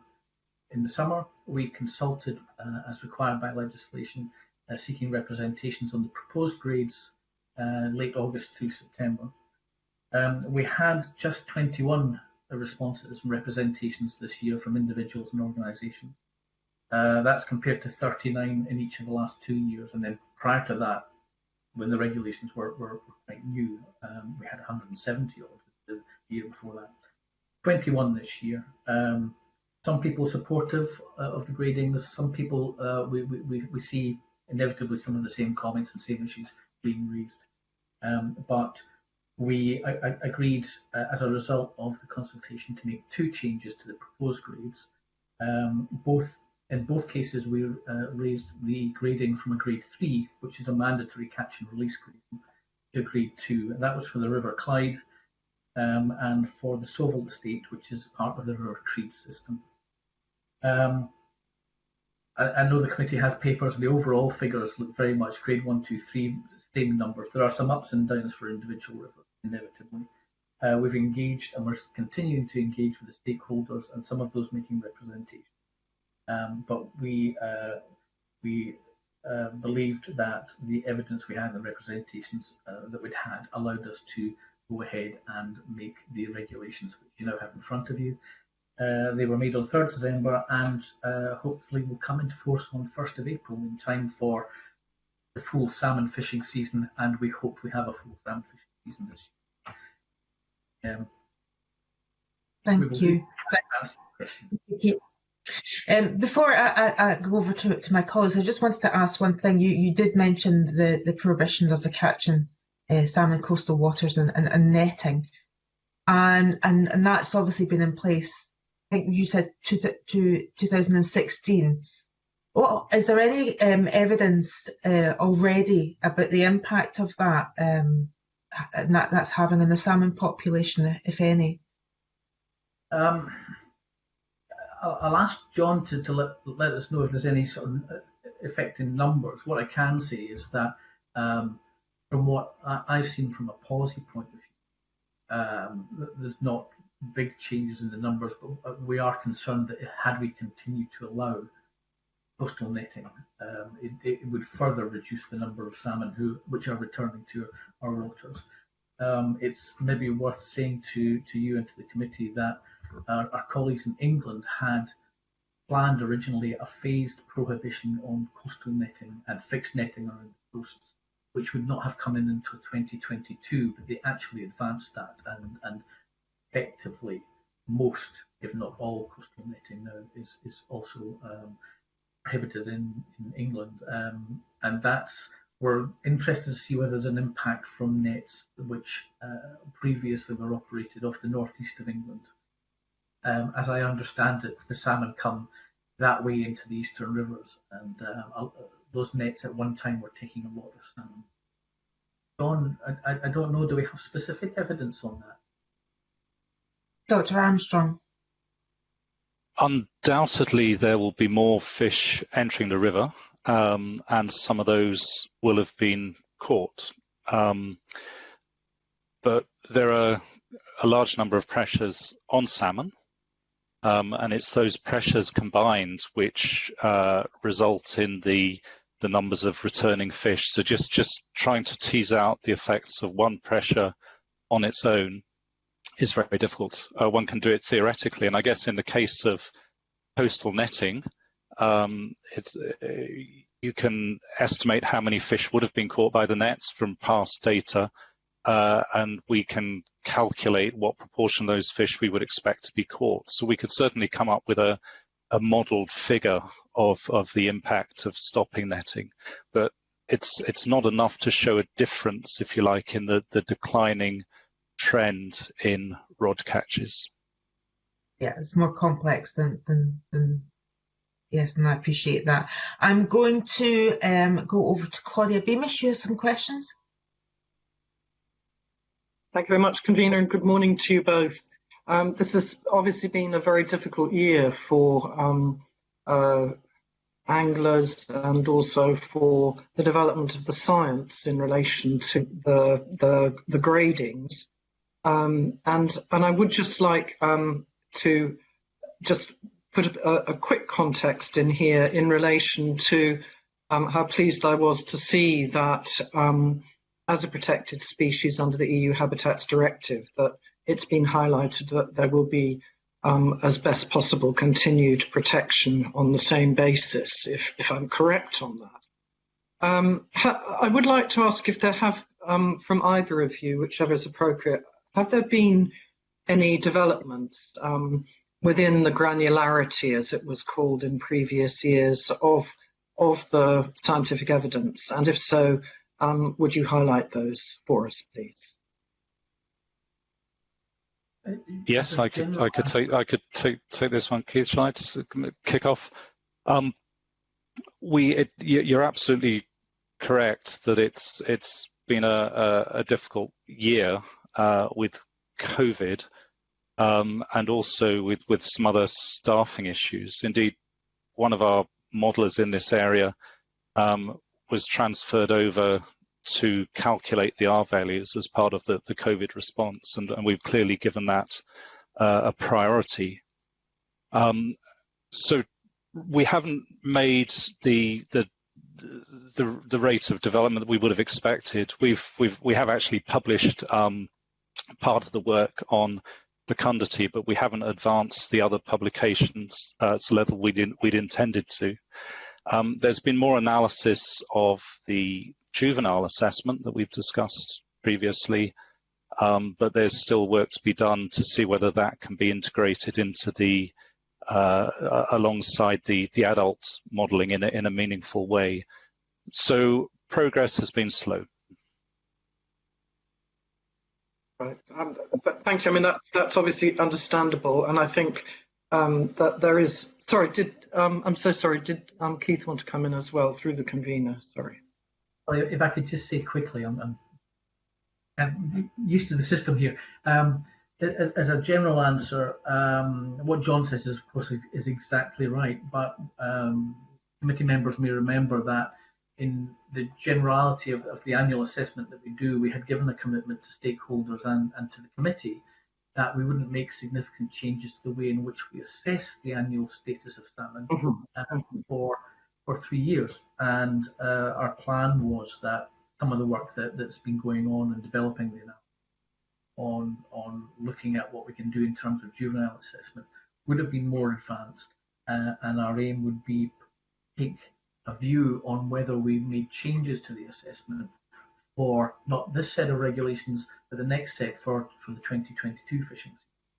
In actual fact, COVID and the sort of things that John's talking about mean that is probably not going to be the case for next year. We'll see what can be done and what needs to be done, but we want to be able to have proper discussions with people in the sector to make sure that we're heading in the right direction. If I can just go back to your first point as well about the EU Habitats Directive, ministers have been clear that we wanted to continue with the principles of that. We have a number of special areas of conservation for salmon around the country. But more generally, we have international commitments through NASCO, as I discussed, to protect salmon. They are a species in some crisis right across the northern hemisphere, and we are looking to continue working with European partners, but international partners to continue on the path that we're on now. I can't see that we will make significant changes to that commitment.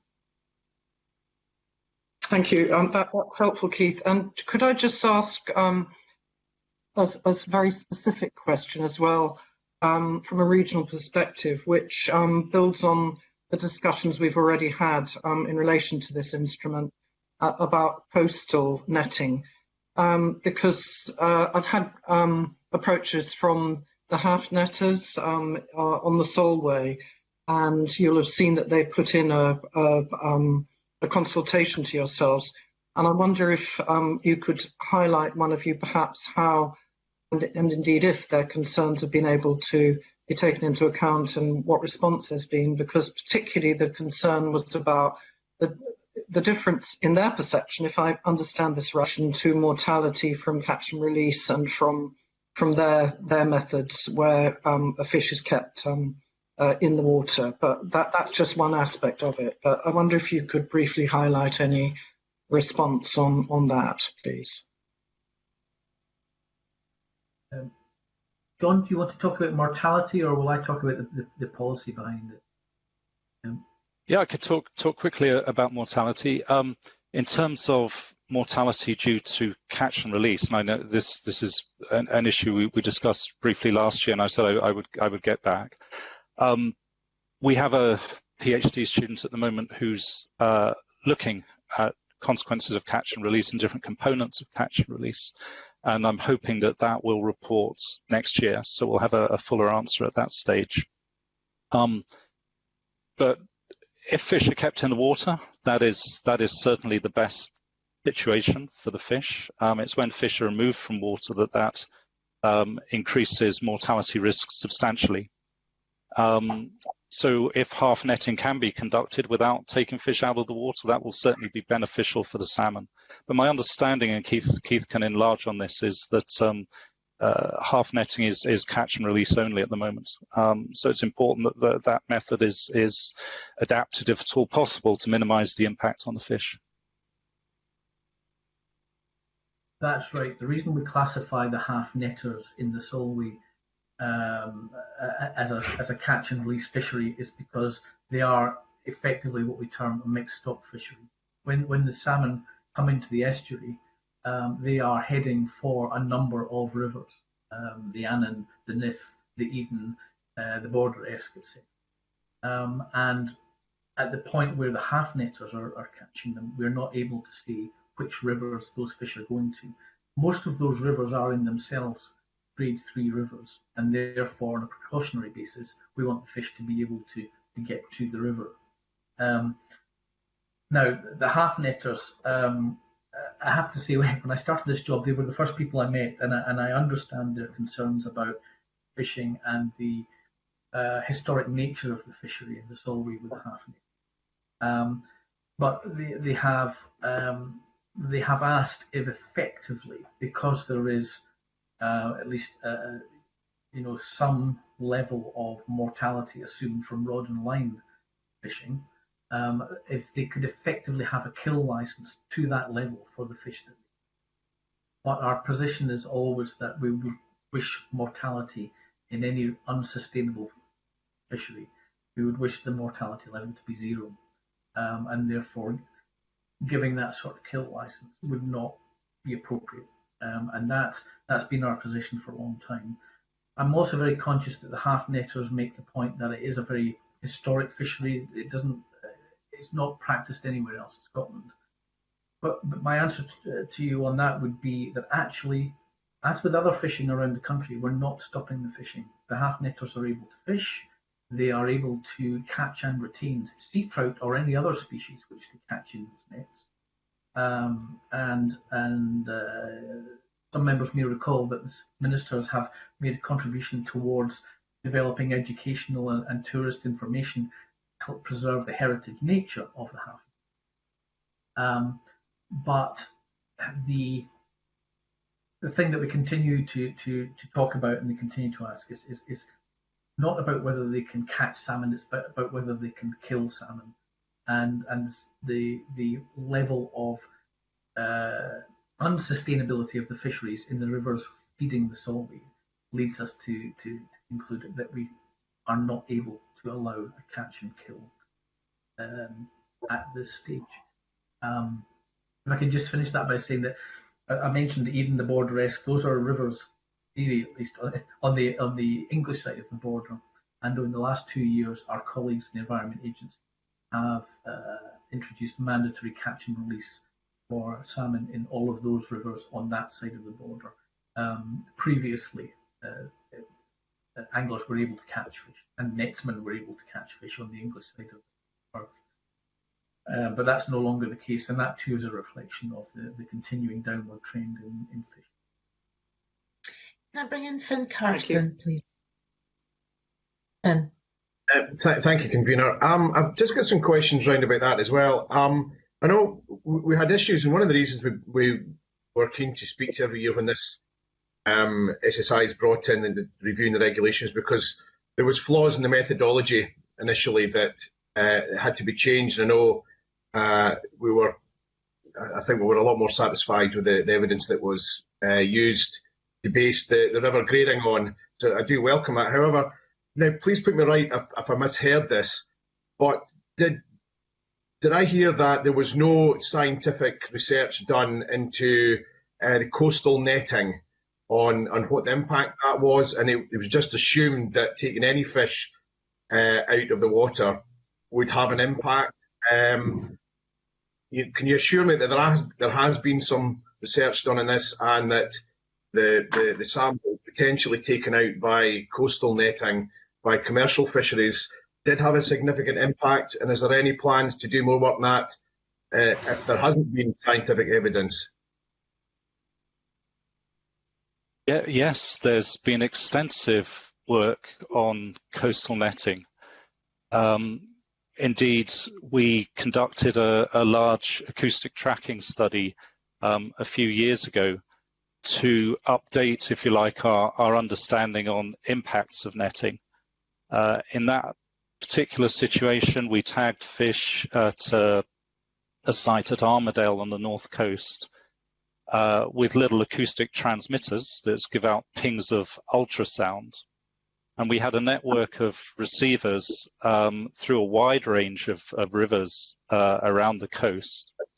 And we monitored the returns of those tagged fish off Armadale to rivers around Scotland. We also looked at the genetics of the fish, and from the genetics we could work out which regions those fish had come to. So we both knew what the impact of that particular net fishery would have been on a whole range of rivers, and we could scope out just what both the numbers of fish and the range of fish. So really quite intensive research, and that built on research over many decades, where fish have been tagged with normal tiny little tags that go into smolts as they go out.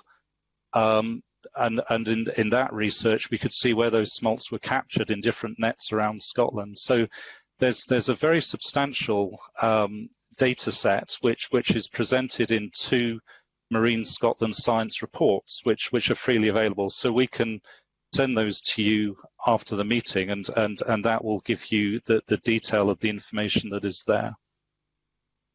So I suppose my follow-on question from that is, so given the data you've got, there is no sustainable level of commercial netting, say for example on the Cree estuary or the Or estuary or the Annan or the Nith estuary, that can be sustainable, and that's why it's prohibited. And on that basis, there was never the compensation around the loss of those commercial fisheries has always been quite contentious. Is there any plans to review the compensation or lack of it to these commercial netters on the these sort of estuaries?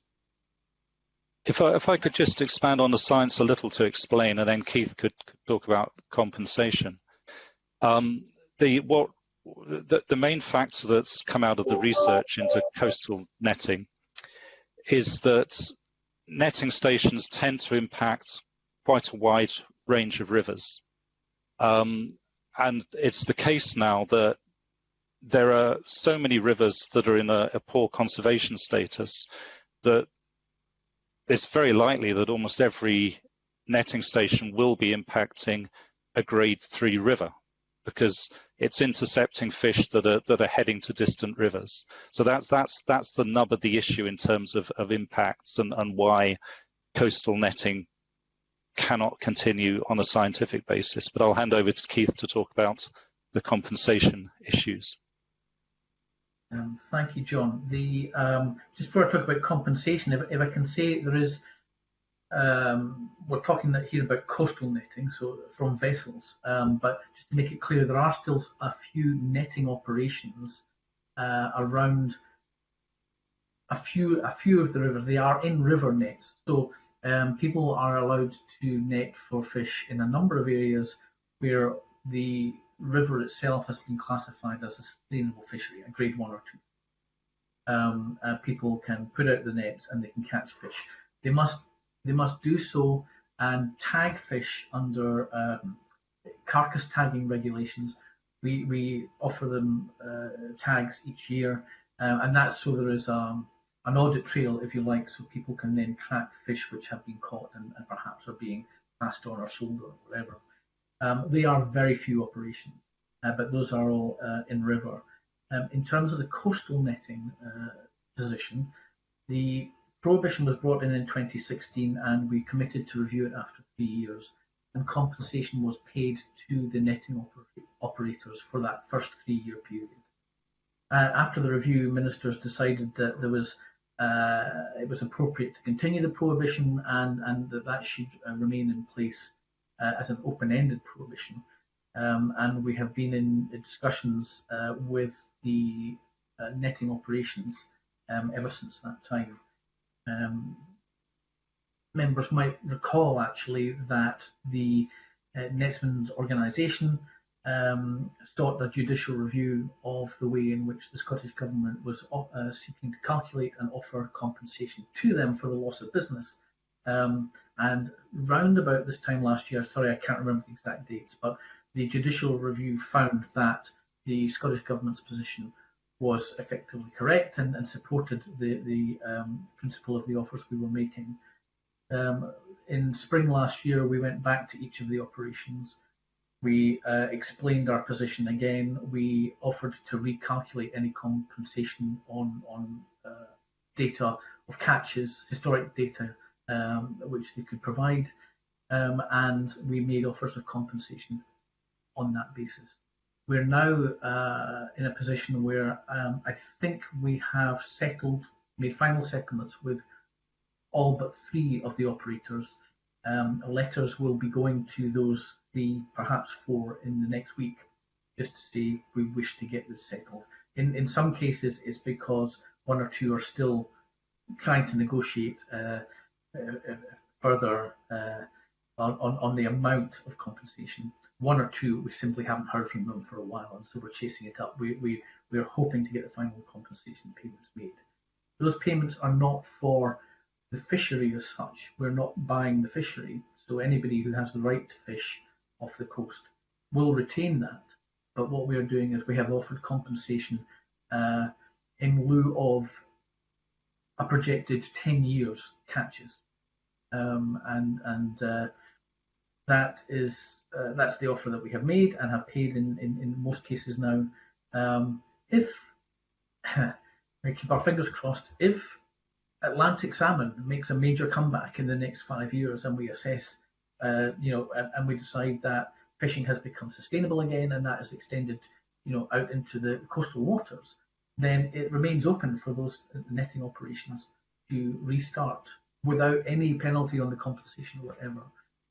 But we wanted to make a long-term offer to allow operators time to adjust their businesses, make any transitional arrangements. Some of the salmon would be another fish too, but we wanted to make a long time offer, so as give them time to change. Can this be your final and then we have to move on to Liz Smith? Yeah, just is the compensation based on the raw product, so the fish that is caught, or is it on the opportunity lost to value add the product that's caught? Because we know, particularly along the Solway, we had operators catching fish and smoking them, or adding value to them. Is the compensation based on the raw kilo of fish caught, or the opportunity lost to value add? I've got to be honest with you, Mr. Carson, I don't know the fine detail of that. I can certainly find out and write to let you know. It was looked at very carefully by ourselves and by the legal representatives of the operators, and also at judicial review. But I would hate to give you some information and it to be the wrong way around. So we'll write to you on that very soon. Thank you very much. Can I go to a final question from Liz Smith? Liz. Thank you. It's just a simple question about some confirmation, really, that the issue that we had 3 years ago, about the data that was being used for categorisation of rivers, particularly 2 and 3, as to whether that controversy, shall we say, has been resolved, because I think you're aware that I represent constituents based around the River Erne who are in the angling clubs of Cumbrae and Kinkell Bridge. And they were vociferous at the time, in 2017, that the data that was being produced by Marine Scotland was not as accurate as it could have been. And obviously, not particularly relevant to the current SSI, but data is, and the accuracy of it even more important. So can I just be assured that we have now resolved the difficulties that we encountered in 2017, and as you know, they came to committee, about the methodologies that are being used to measure fish catch? I just say quickly, John will want to talk about data, but can I just say quickly that we continue to correspond with angling clubs on the River. They have written to us again this year, and the fisheries director for the Tay district is also in correspondence and regular discussion with us about the data. I understand the point. Can you just confirm that's not been resolved? Can you just confirm that's not yet been resolved? We haven't persuaded the clubs that our methodology is the correct way in which to go. I think that there are some people who are not going to agree with us on that. But John will talk about the robustness of the data. We work on the basis of data that is provided to us by clubs and district salmon fishery boards, and we endeavour to make it as accurate and as complete as possible every year. And the model then does all sorts of things that I don't pretend to understand fully, but we believe that we have a robust methodology. John, do you want to go further on that? Yeah, sure, Keith. Well, there's always room for improving ecological-based models. We're obviously trying to capture very complicated and variable systems in a way that can be used to make management judgments. And there are undoubtedly many uncertainties which can never be fully dealt with. However, we use best available information in a structure that we've consulted on extensively, and that we continue to refine. For example, we are working now with more and more with scientists in England and Wales to see how we can bring together some of the data sets that they have on their key rivers, and by the same token they can use some of the Scottish data to add increased weight to decisions. So, for example, one can have stock recruitment, what are called stock recruitment curves from a range of different types of river, which then reduces the uncertainty, if you like, on estimates. And certainly we've thought about the comments that have been made from constituents on the Erne, and we've looked at how we can modify the models to account for fish coming in late in the year, for example, and we've made adjustments as we've gone. So we're continuing to upgrade the models. We will continue to get better data. We're looking to, we've had to put a hold on work on the air fish counter, which is the next counter I think we mentioned last year that we're developing as part of a network that we're hoping to grow. We're intending to continue that work this coming year, and we hope to get more fish counters in, and that will again reduce the uncertainty in the models. So I've no doubt that there will be those who will want to see improvements, and we will seek to make improvements, but that will be an ongoing process.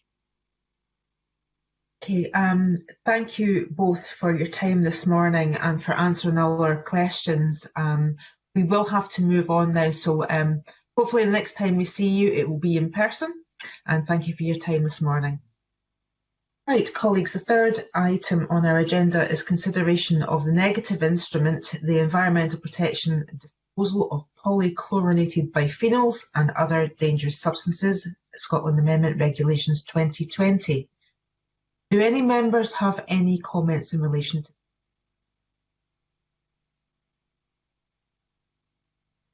Thank you.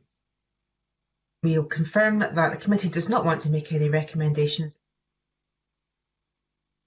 Agenda item 4 is that the consideration of a notification from the Scottish Government in relation to consent to a UK statutory instrument, the International Waste Shipments Amendment EU Exit Regulations 2021. Members will recall that there's an agreed protocol between the Scottish Government and the Parliament in relation to instruments being made by the UK Government under powers in the European Union Withdrawal Act 2018, and which relate to proposals within the legislative competence of the Scottish Parliament. The Scottish Government and the Parliament have agreed on a UK-wide approach to statutory instruments. The committee raised some queries with the Scottish Government in advance of this meeting, and we have received to those. Do any members want to make any comment in relation? None of you do, thank you. Are members content to write to the Scottish Government to confirm the committee's content for consent to be given to the UK SI referred to in the notification? You all are unanimous. Thank you. Thank you very much. Right, now details of our next meeting. The committee will meet twice next week. On Monday the 25th of January, we will consider statutory instruments including the Land Reform Scotland Act 2016, Register of Persons Holding a Controlled Interest in Land Regulations 2020, and the Animal Welfare Licensing of Activities Involving Animals Scotland Regulations 1. And on Tuesday the 26th of January, the committee will continue taking evidence on the updated climate change plan. And that concludes the public part of our meeting today. Thank you.